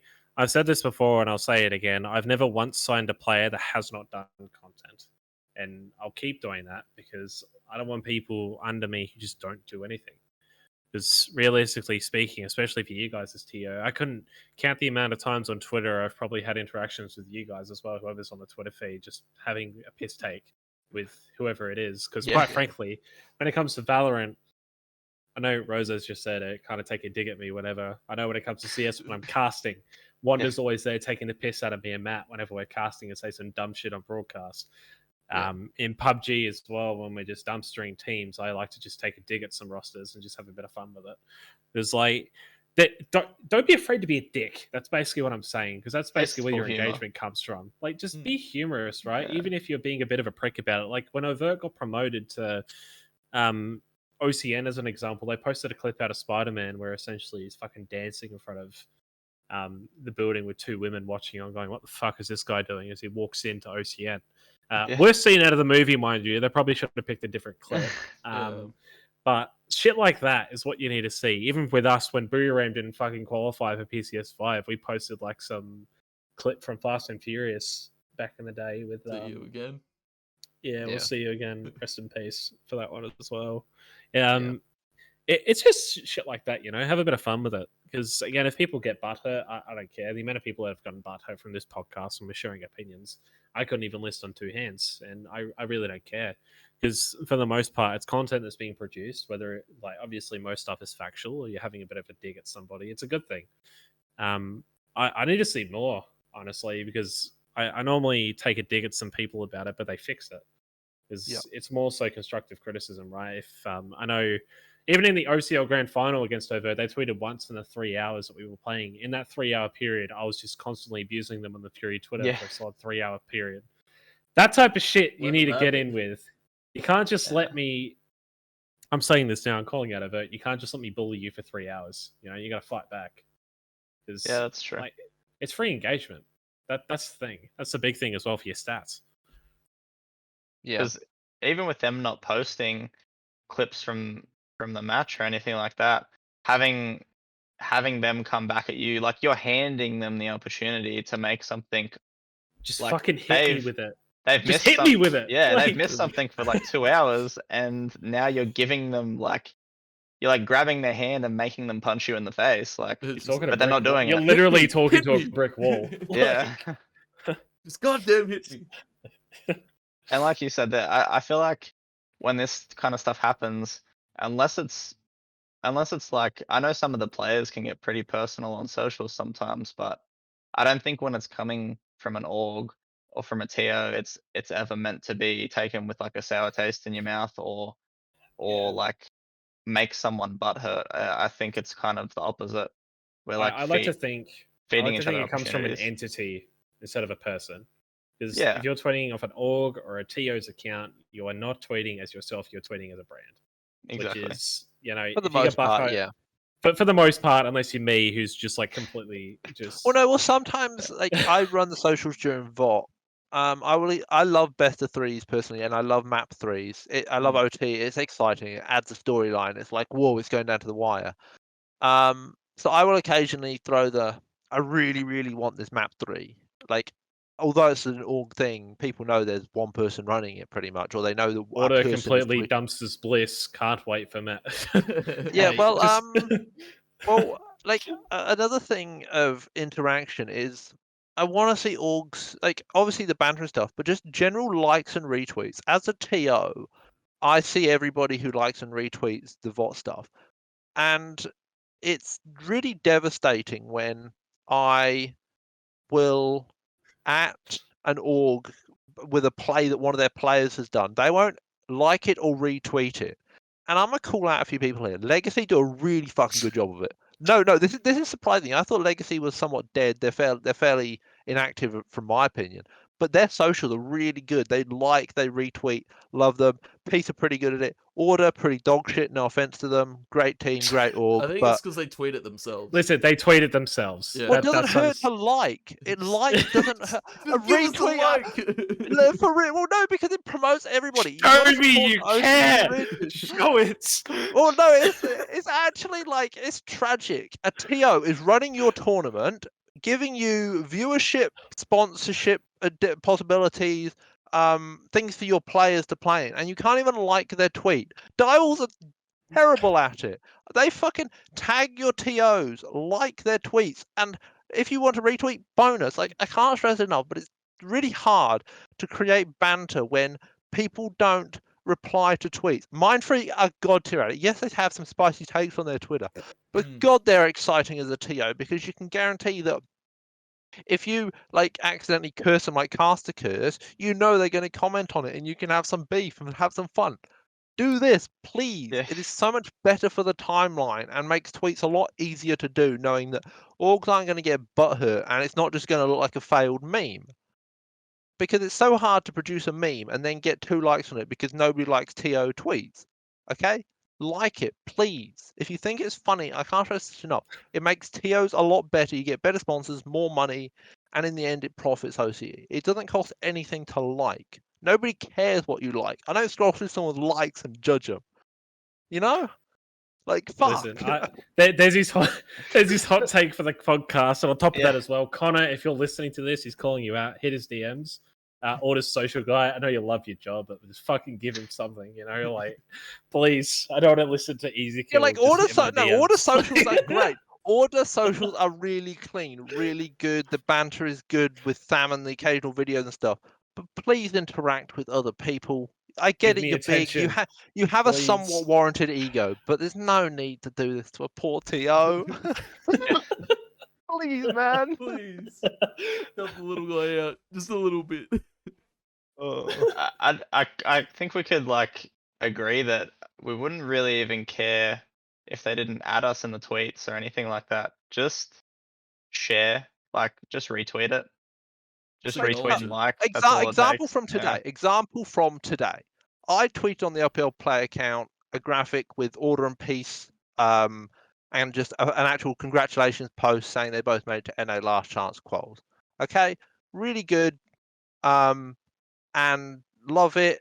But there's no tweet, there's no retweet of it from Order. Hey, yo, shout out to Casser They haven't and even Conky liked for it. retweeting Like it. what? Shout out to Casser and Conky. Shout out to then. Casper and Conky. Shout out to Peace for Big ups. actually tagging LPL Okay, in so their pregame graphic let me put today. it this way. I added Valorant Esports NA in it because it's part of their event. They retweeted it and said, all their retweet said was, "Congrats to Order and Peace. We can't wait to see you guys at Oh, big LCQ." ups. Yeah. Peace and Order both replied to that.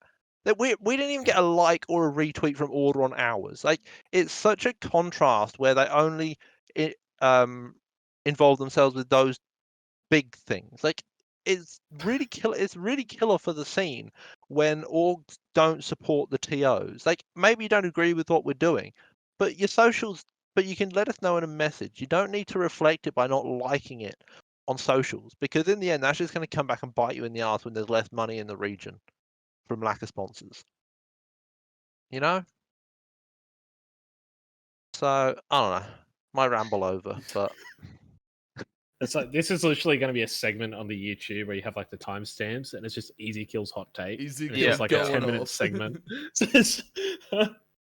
does my head in. Oh. Does my head in. Even Blue Panda reads. Hey, yo, shout out Blue Panda. Doing bits. Pardon? Blue Panda even retweeted. What a guy. Yeah, exactly. Like, some people that don't even care about Valorant are retweeting it. Like, you legends.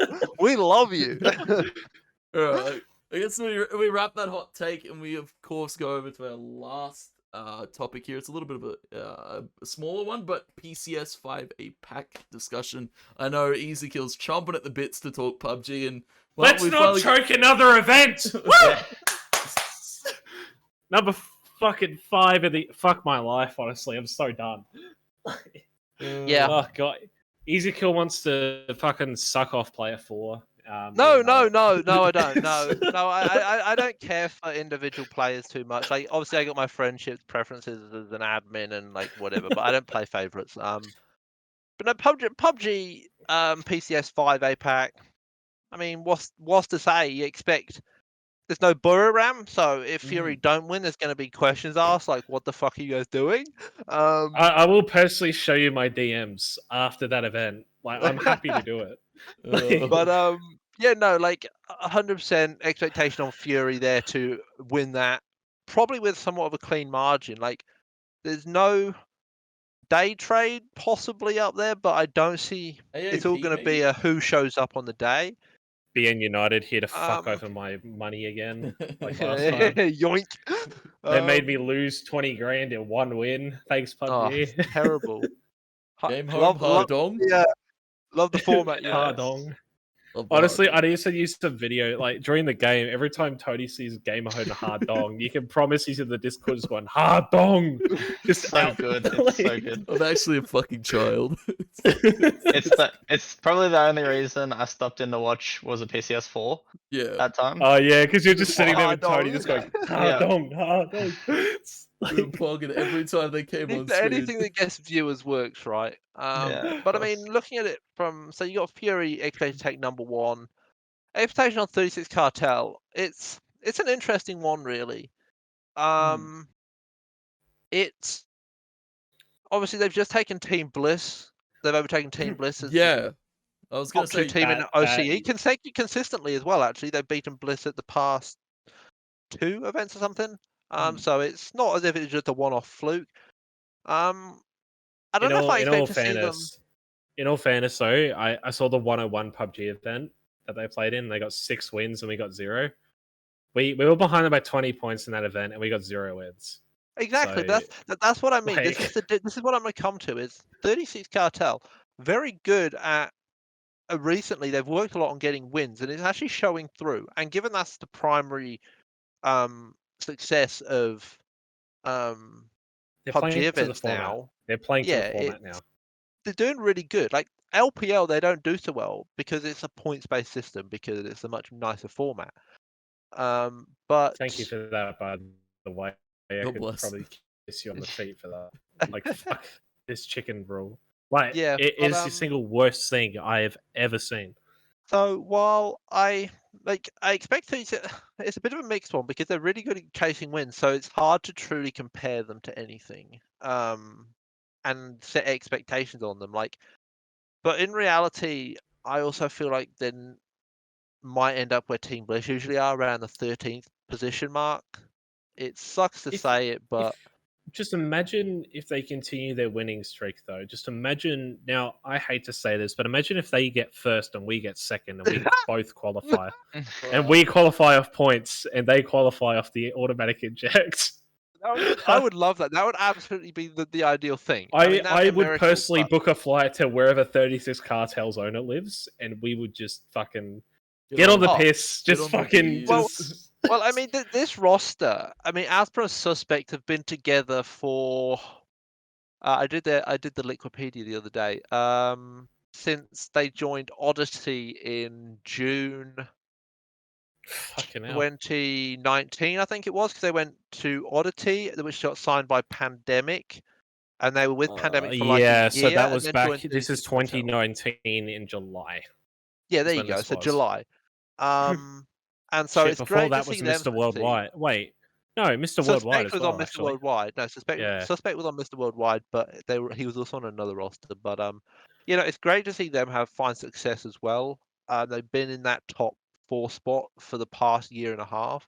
Oddity were top 4. Pandemic at the time were top 4. 36 Cartel when they signed came in and were top 4. I think they came second or something. So it's great to see success from them.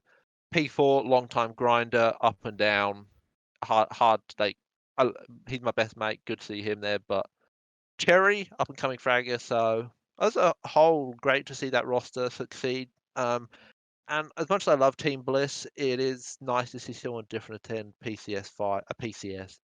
Like, So it's, just another org I can banter with for once in my life, which is yeah, great. So- exactly. Actually, I'm gonna miss that because Bliss, the last 2 events, Bliss has been very, very good. at taking my shit because they can't fire anything back. So it's always a good feeling. 36 Cartel will be the same. I can assure you that. I hope so. They got a new social guy on board, which I actually know about. So I think I hope they've been interacting with our tweets really well recently as well. Like when we're tweeting about PCS, we're always, like, I am somebody when I tweet about an event where I'm with another host team, I tag them constantly because it's just a case of Big we're in this together. We're not, it's not just a fucking Fury show. We're here together. Even with the Pick'ems as well, I'm fucking plugging them because Yeah. with the Pick'ems, they get a cut of the Pick'ems money. We get a cut of the Pick'ems money. Like it's literally split up between all 4 regions. So the more votes that any team gets, we get more back. So I'm chill with that. I can plug whoever the fuck I want. I'll plug Virtus Pro if they want me to. Like, I don't Yeah. Hey, care. yo. Yeah, Big up. exactly. So yeah, big ups. Hopefully they do. Like I know 36 Cartel is improving a lot on their socials, so hopefully they're pretty interactive. Comment on a lot of LPL's tweets, retweet them. Big ups to them. Hopefully see the same during PCS, given this is by far the biggest thing they'll ever see for a long time, I suspect. So yeah, it's going to be an interesting event. I'm actually looking forward to it. I don't like the format, but as a general, it's going to be interesting. I really hope Fury can pull off that #1 spot finally. Honestly, if I'm going to be honest with you, we don't even want, like, coming first is great, but we just need more points. Because that's how the like you're format's going to working, get right? that, but I think Because it's realistically speaking, if we somehow shit the bed, what we have to, I think, going statistically, the only other teams that can actually do any damage to our points if we don't come top 5 is actually Day Trade, Sharper, and Day Trade, Eagles 365, and BN United are the only 3 who can do anything, because the other ones go through off their own relatively, like their own best teams. So Thai team, Vietnamese team, and there's 2 slots for Thailand and Vietnam, so that instantly goes to BN United and Sharper if that's the case. And depending on who gets more points, even if Day Trade get more points than us, they go off being the best Thailand team, and then we get plugged in. So it's like, it's a bit of a weird thing they've got going, but so be it. But I think, like, this, in theory, this should be the best event, I reckon, because Brew's not there. So it gives opportunities for other teams to potentially, capitalize on that. For all I know, by the way, we could see fucking Cartel or The dong. like Made in Thailand Dong. or Chonburi or the Dong come through, and they could maybe even take a top slot depending on how they play. Like, that's the weird thing about this new format. So it's does. more It than all doable comes for a down lot of these to teams.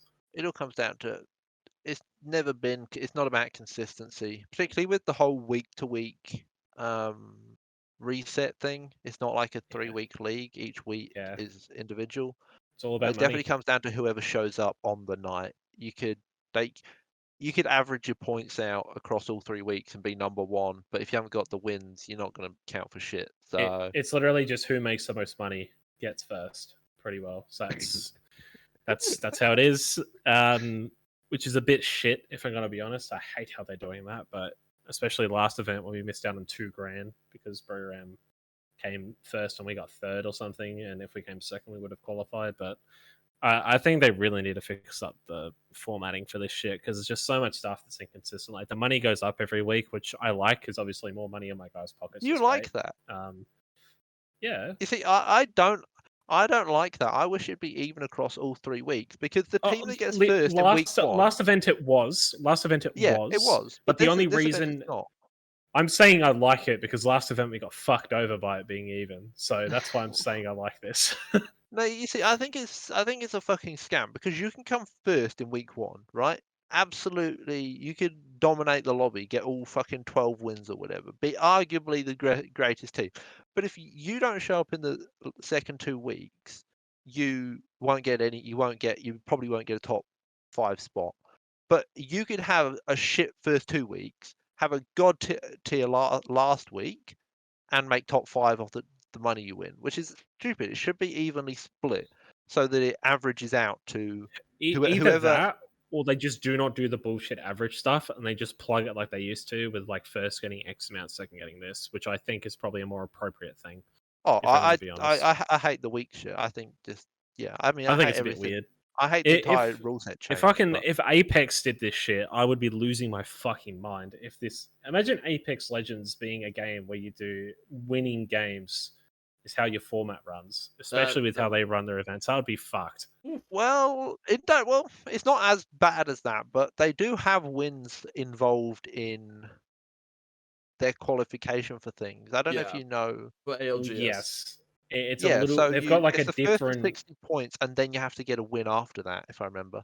Yeah. Yeah. So you play as many games as it takes for a team to get 60 points and then win. So you 100% you could get 60 points in 3 games and then go on a 9-game loss streak and your spot could be taken by someone else, which is just as stupid. So I mean, I don't know. Yeah. I don't agree with the whole So win to chasing. all to all tournament operators who handle these large events, fix your fucking shit. Go Fix back your to the old formats.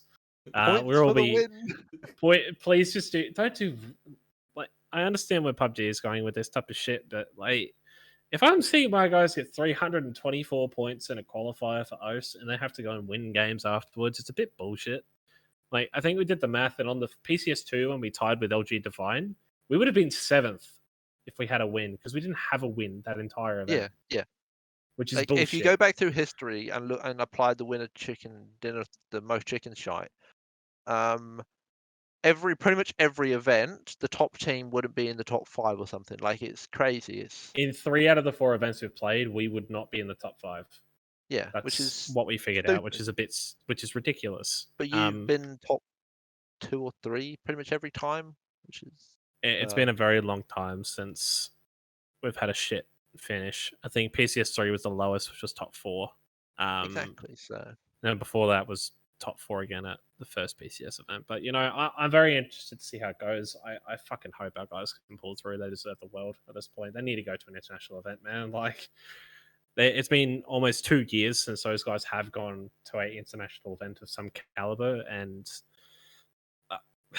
it'd just be good for OS. Let's be real. Just get a fucking team over there and get them to play out Been of a their kick in minds, the teeth, man. It's really been struggling a lot. I just don't want to get kicked to the curb again because the boys just like, especially for us as well for Fury. Like we haven't been on an international stage before. This would be fucking massive for us as well. Hot man. Yeah. Well, I hate to say it, but I think we might have to wrap up. Yeah. I've just seen Rozzo's listen, just been pinged Yeah, by I the saw that producers too. of Block. Yeah. I saw So, that too. It's all over.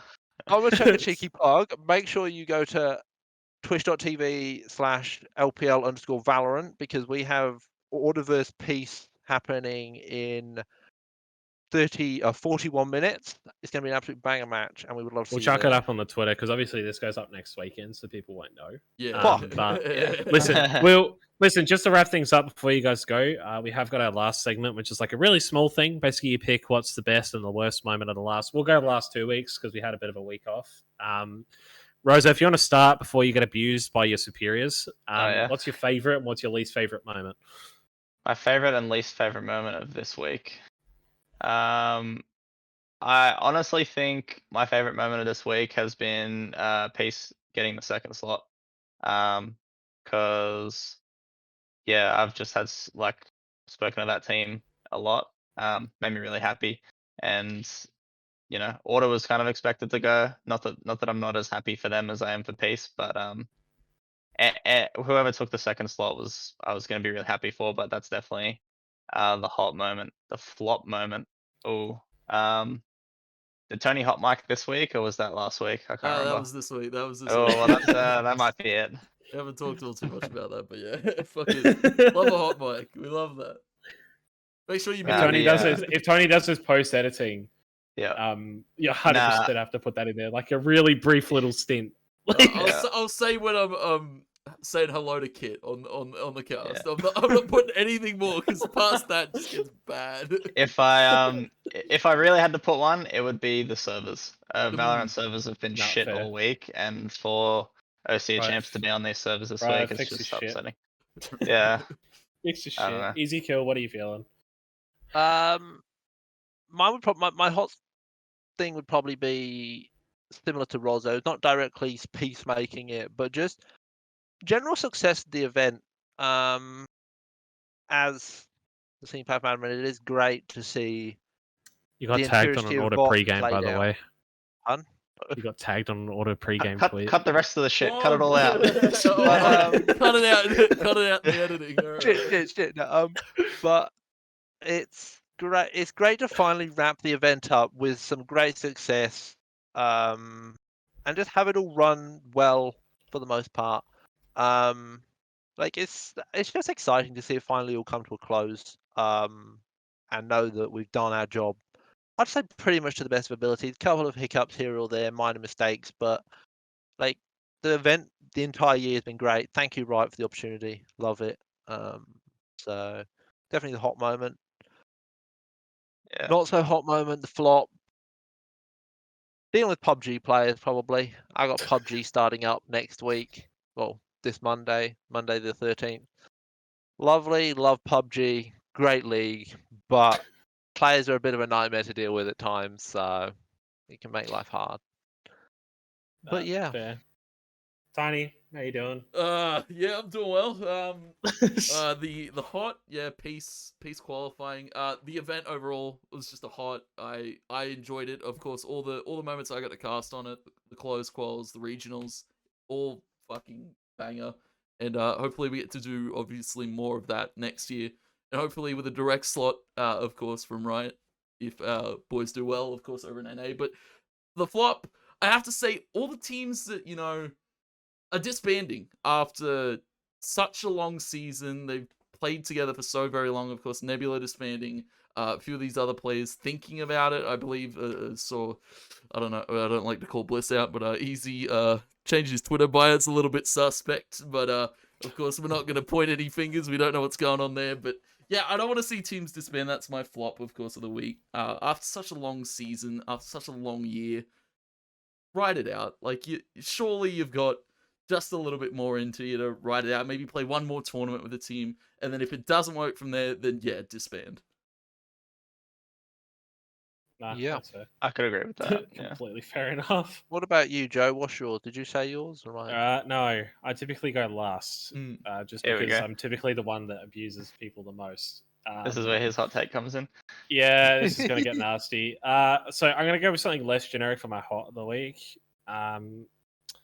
I'm probably going to go with Overt getting close against Knights. I reckon that's pretty good for their campaign. I reckon it's a pretty good confidence booster for those boys heading in. They've already proven it against Rhythm. If not that, let's go Vertex content, because they're producing some shit right now with their Valorant team, which I'm really excited for. CS versus Valorant coming soon. For the negative of the week, I'm just going to label this as Dire Wolves with subcategories. Yep. And anything more than that, I'm not going to say, because I'm probably going to get sued. So